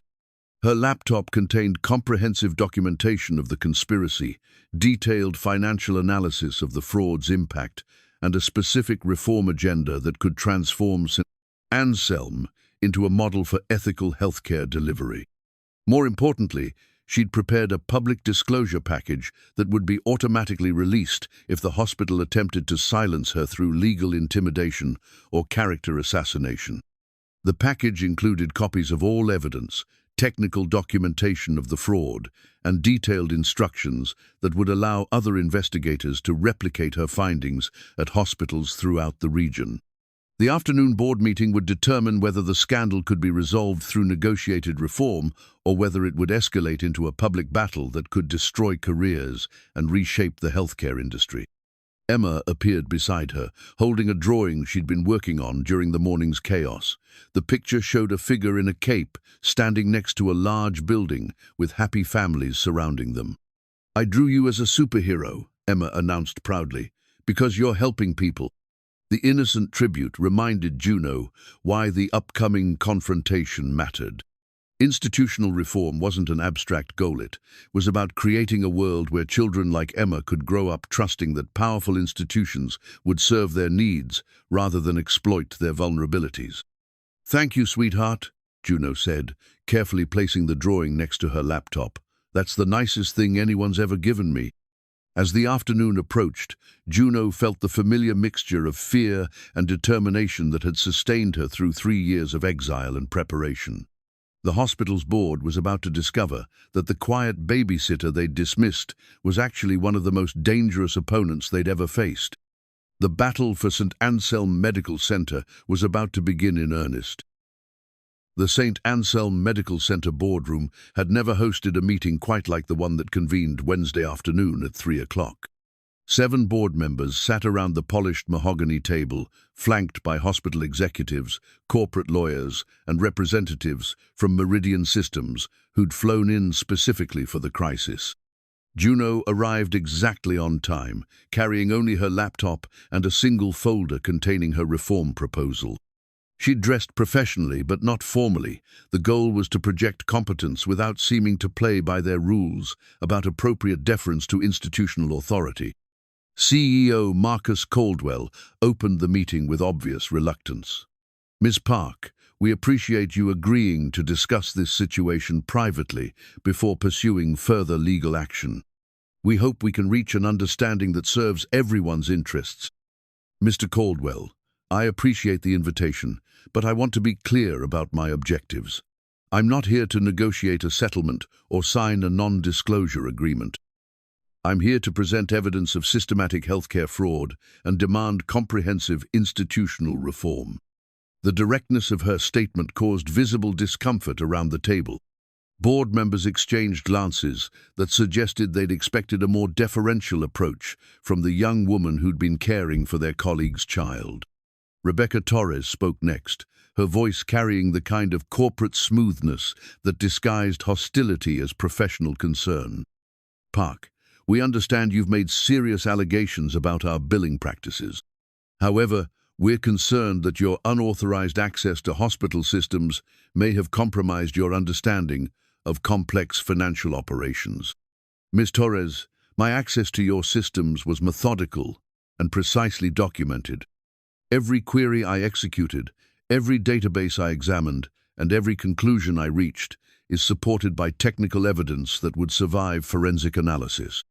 Juno opened her laptop and activated the presentation she'd prepared. The first slide displayed the hospital's logo alongside stark financial statistics.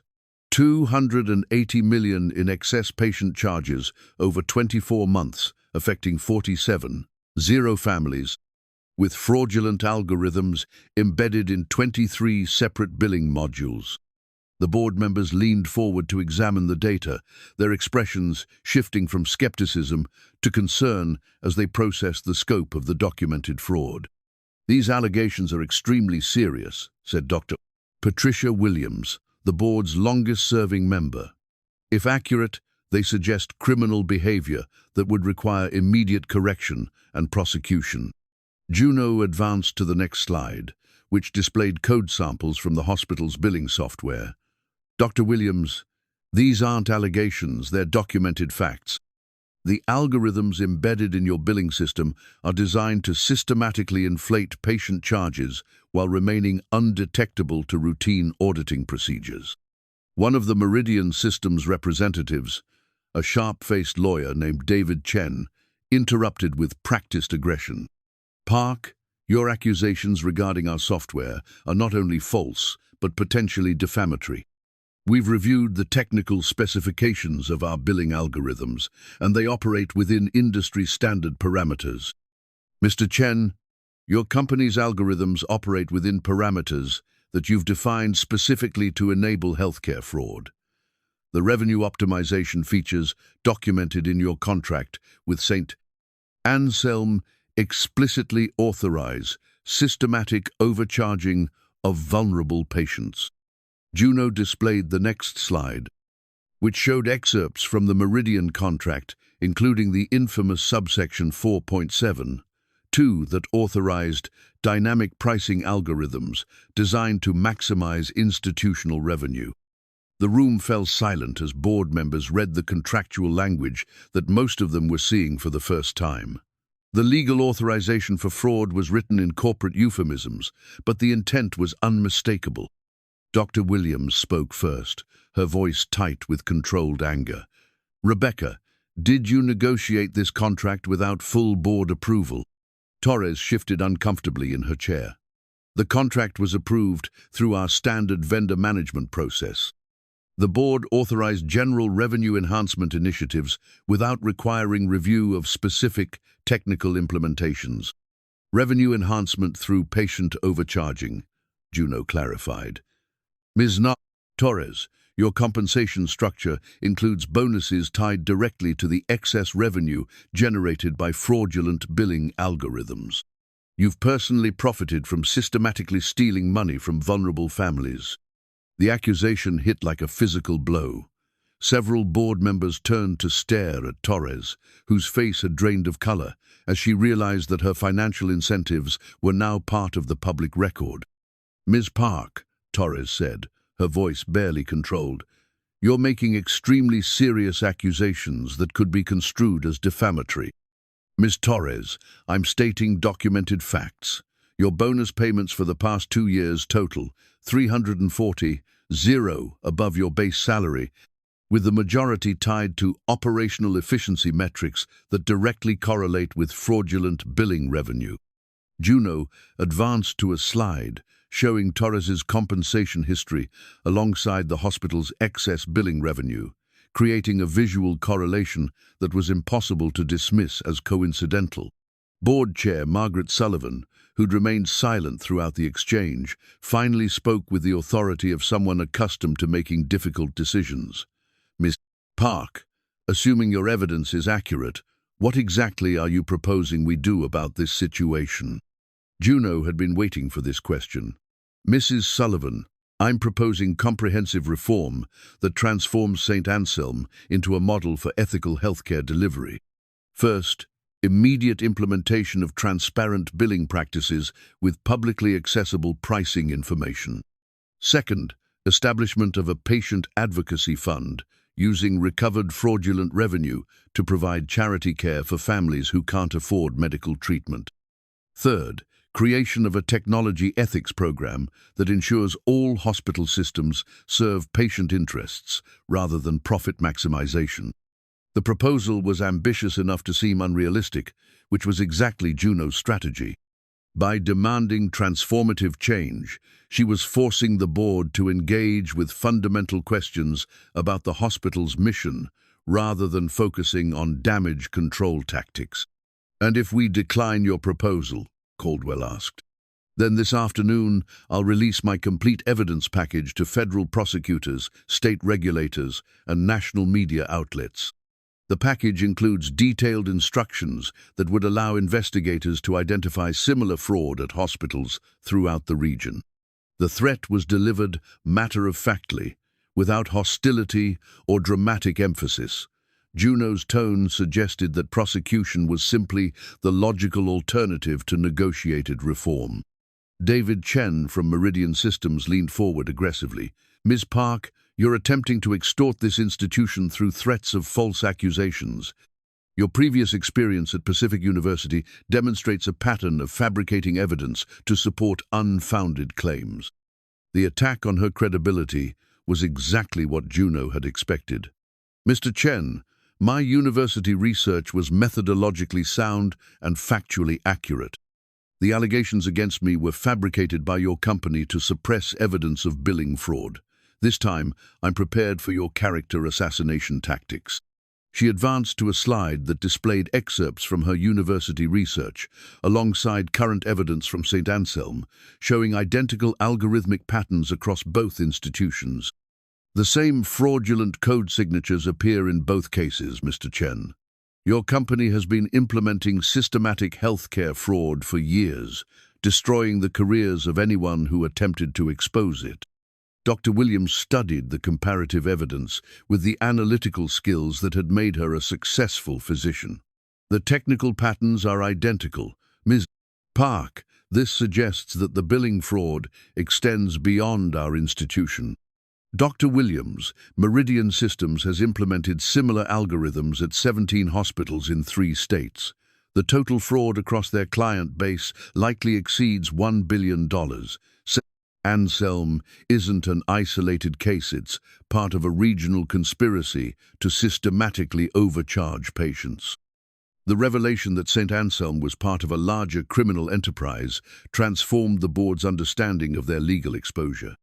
They weren't just facing local scandal, they were potentially accessories to federal healthcare fraud that could result in criminal prosecution and institutional destruction. Sullivan spoke with growing urgency. Ms. Park, if we were to consider your reform proposal, what timeline would you suggest for implementation? Mrs. Sullivan, the technical reforms could be implemented within 60 days. The Patient Advocacy Fund could be established immediately using recovered fraudulent revenue.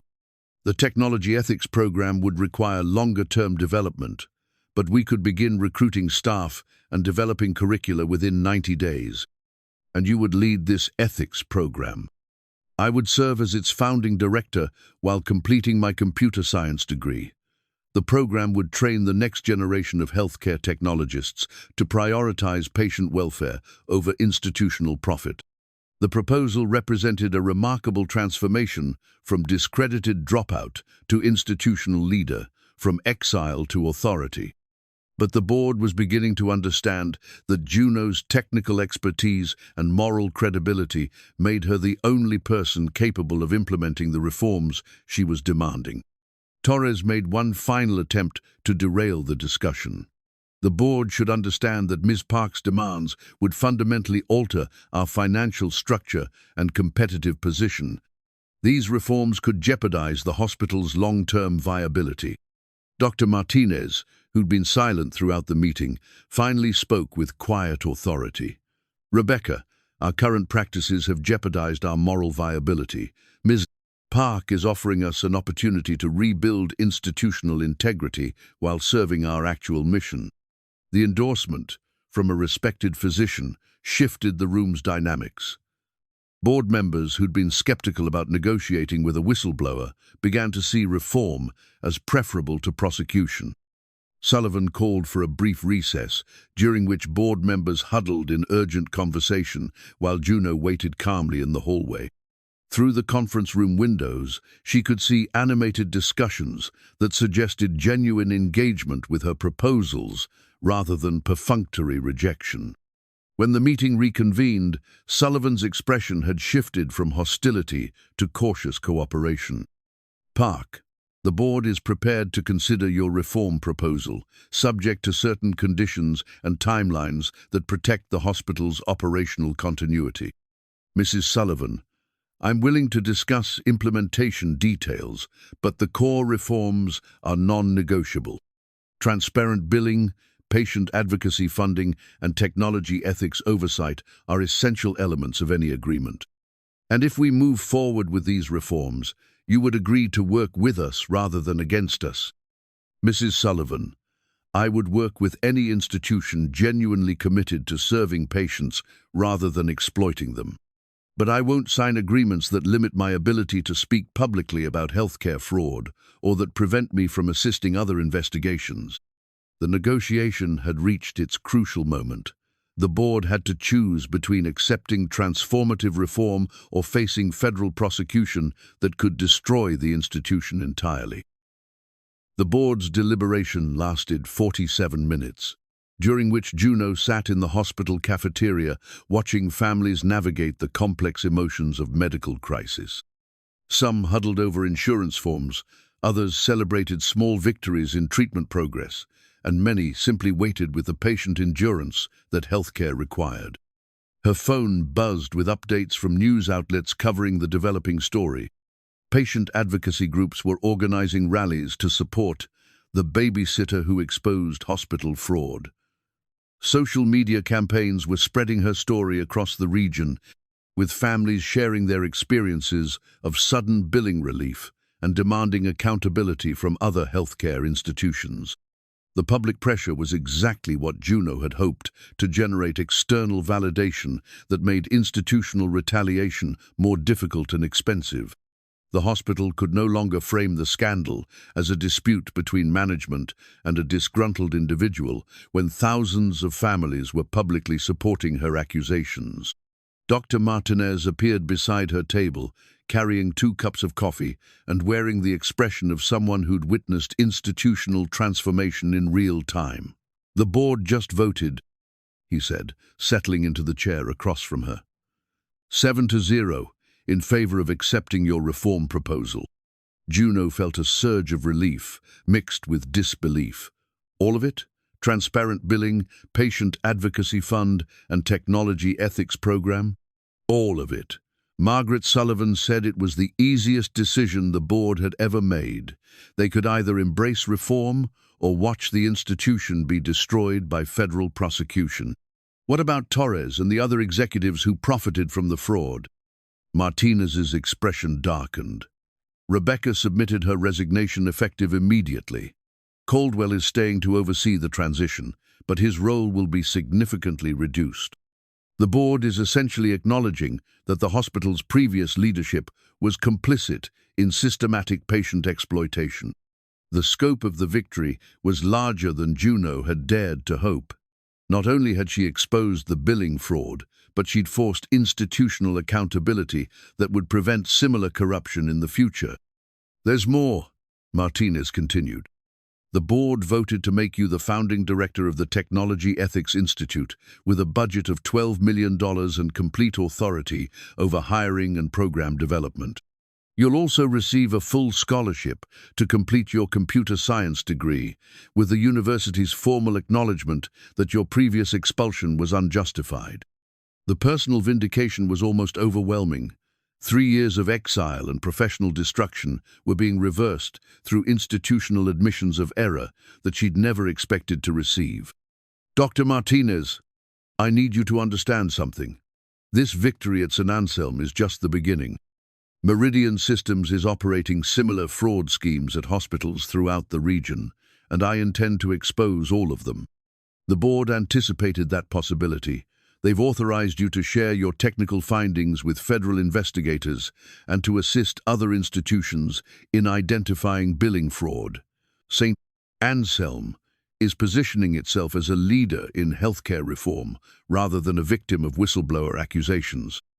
The strategic reversal was brilliant, by embracing reform.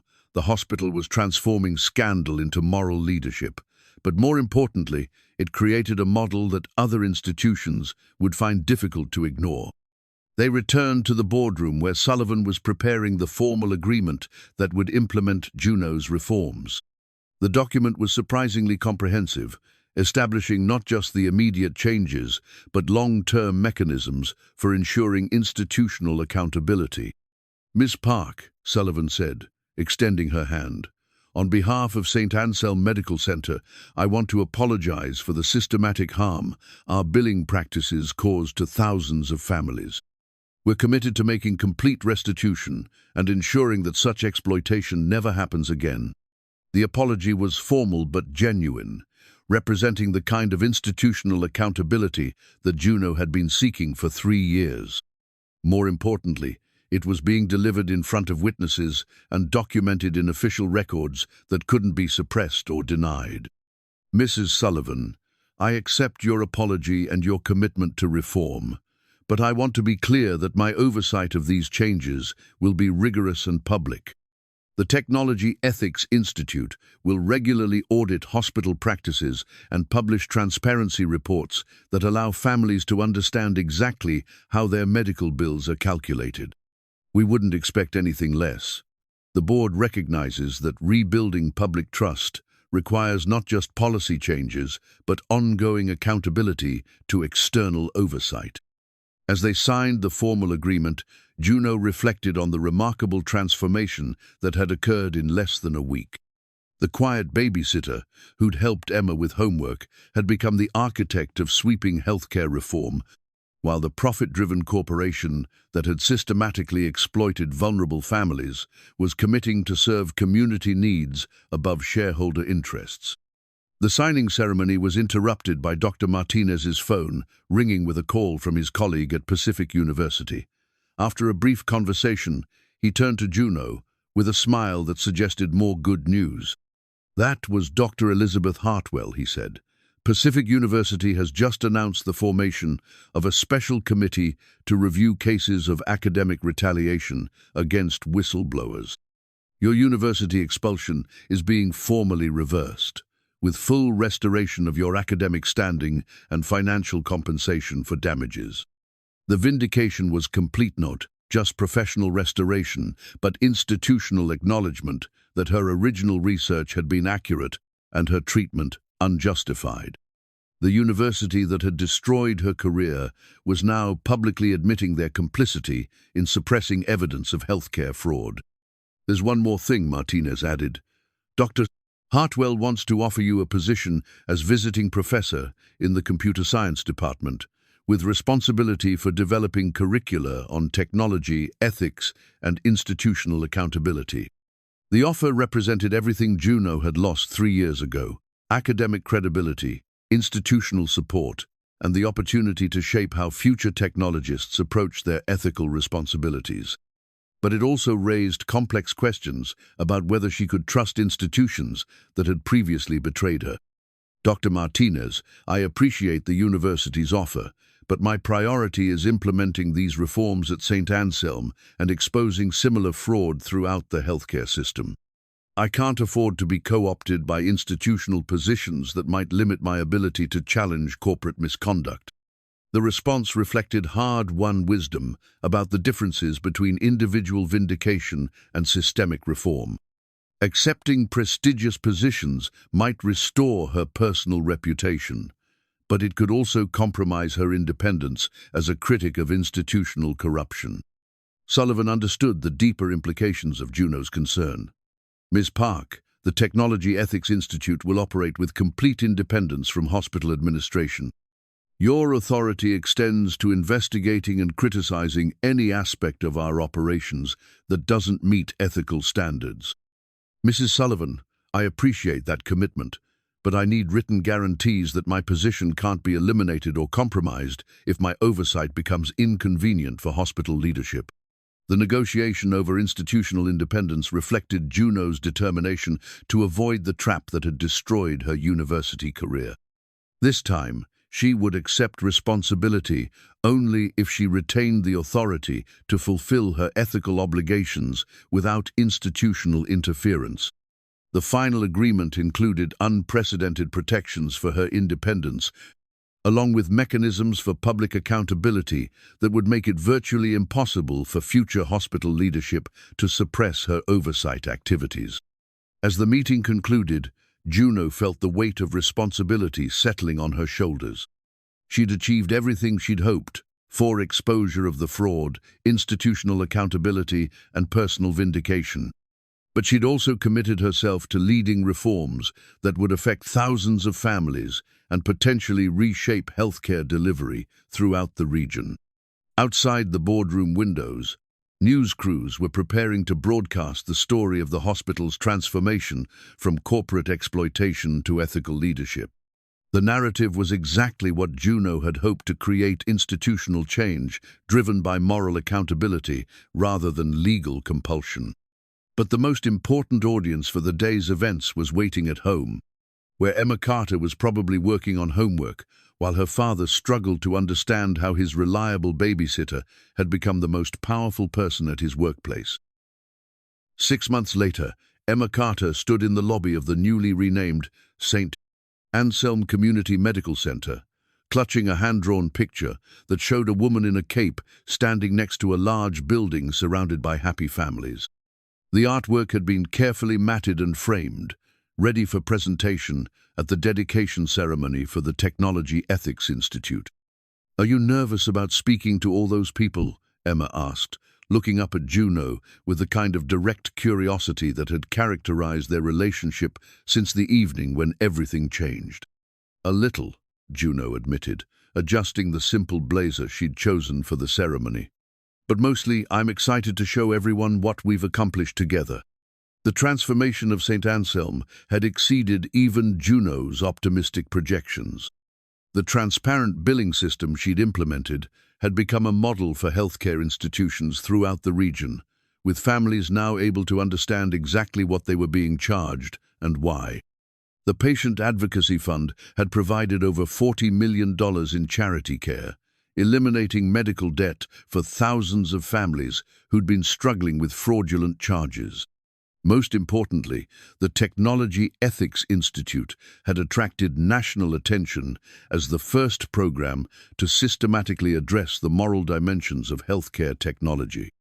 Students from across the country were applying for positions in the program, drawn by the opportunity to learn how technology could serve human welfare rather than corporate profit.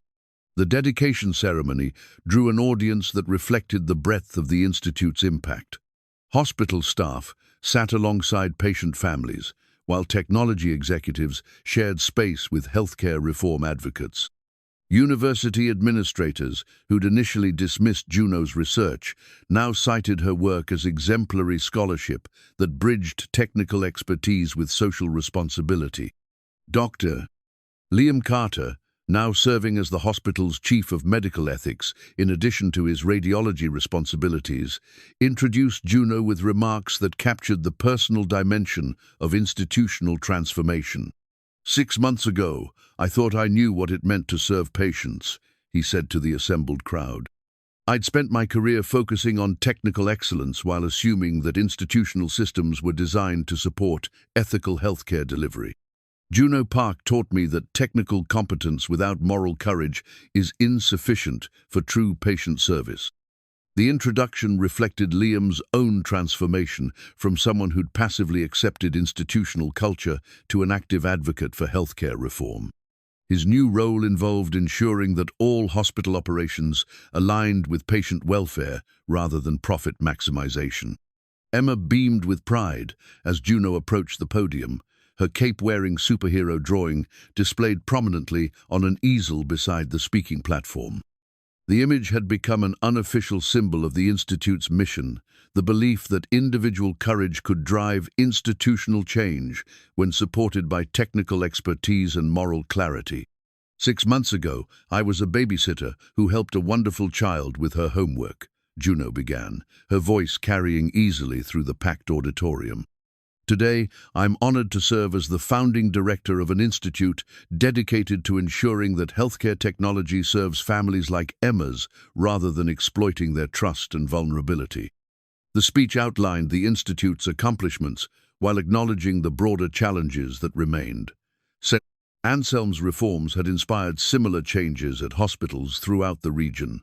But Meridian Systems continued to operate fraudulent billing schemes at institutions that lacked the courage to challenge corporate misconduct. "The work we've begun here demonstrates that institutional transformation is possible when individuals refuse to accept that corruption is inevitable," Juno continued. "But our success also reminds us that justice requires constant vigilance and ongoing commitment to serve community needs rather than corporate interests."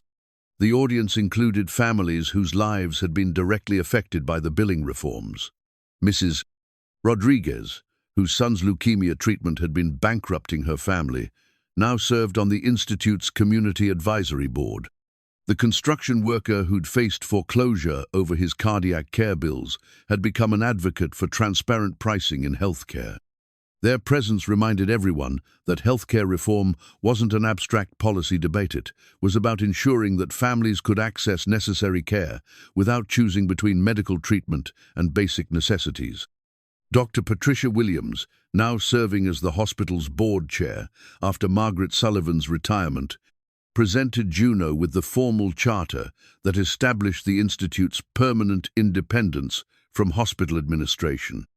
The document included unprecedented protections for academic freedom and public accountability, ensuring that future directors would have the authority to challenge institutional practices without fear of retaliation. Ms. Park, this charter represents our commitment to the principle that healthcare institutions must earn public trust through transparency and accountability rather than demanding it through appeals to authority, Dr. Williams said. The ceremony concluded with Emma's presentation of her superhero drawing, which would hang in the Institute's main conference room as a reminder of the human dimension of technological ethics. "I drew this because Juno helps people," Emma explained to the audience with 8-year-old directness. "She showed me that smart people should use their brains to make things fair for everyone." As the crowd dispersed, Juno found herself surrounded by students, colleagues, and community members who wanted to discuss the Institute's future plans. The conversations ranged from technical questions about billing algorithms to philosophical discussions about the moral responsibilities of healthcare professionals. But the most meaningful interaction came from a teenager whose family had been affected by the billing fraud. "Miss Park, my mom says we can afford my college applications now because our medical bills got fixed. I want to study computer science and help people the way you did." The comment captured everything Juno had hoped to achieve, not just immediate reform, but long-term change driven by a new generation of technologists who understood their ethical responsibilities. Later that evening, as the Carter family gathered for dinner in their quiet home, Emma asked the question that had been on her mind since the ceremony. "Juno, are you still going to help me with my homework?" The innocent query reminded everyone that despite the Institute's success and national recognition, the foundation of their relationship remained the simple bond between a caring adult and a curious child. "Always," Juno replied, ruffling Emma's hair, "though I might need your help with some of the really hard math problems." Liam watched the interaction with gratitude that extended far beyond appreciation for reliable childcare.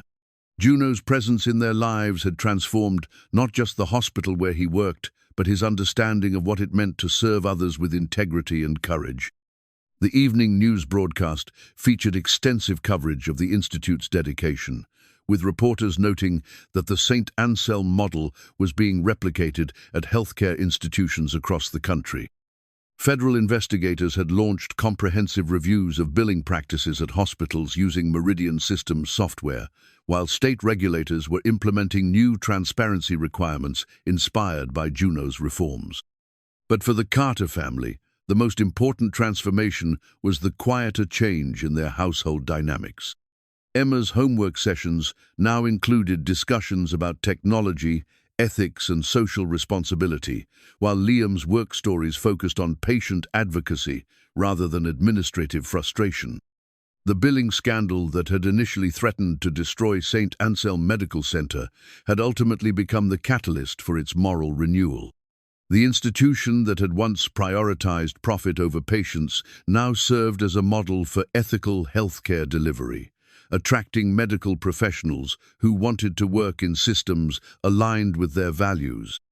As Emma drifted off to sleep that night, clutching the same stuffed elephant that had comforted her through her parents' divorce, she dreamed of a world where adults in positions of authority used their power to help rather than exploit. In her dream, hospitals were places of healing rather than financial predation, and smart people like Juno used their abilities to make things fair for everyone. The dream wasn't naive optimism, it was the logical extension of what she'd witnessed in her own household, where courage and competence had combined to transform institutional corruption into community service.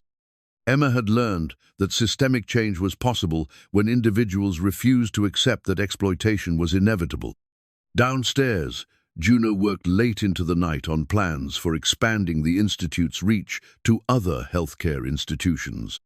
Her laptop screen displayed email messages from hospitals, universities, and advocacy groups seeking assistance in implementing similar reforms.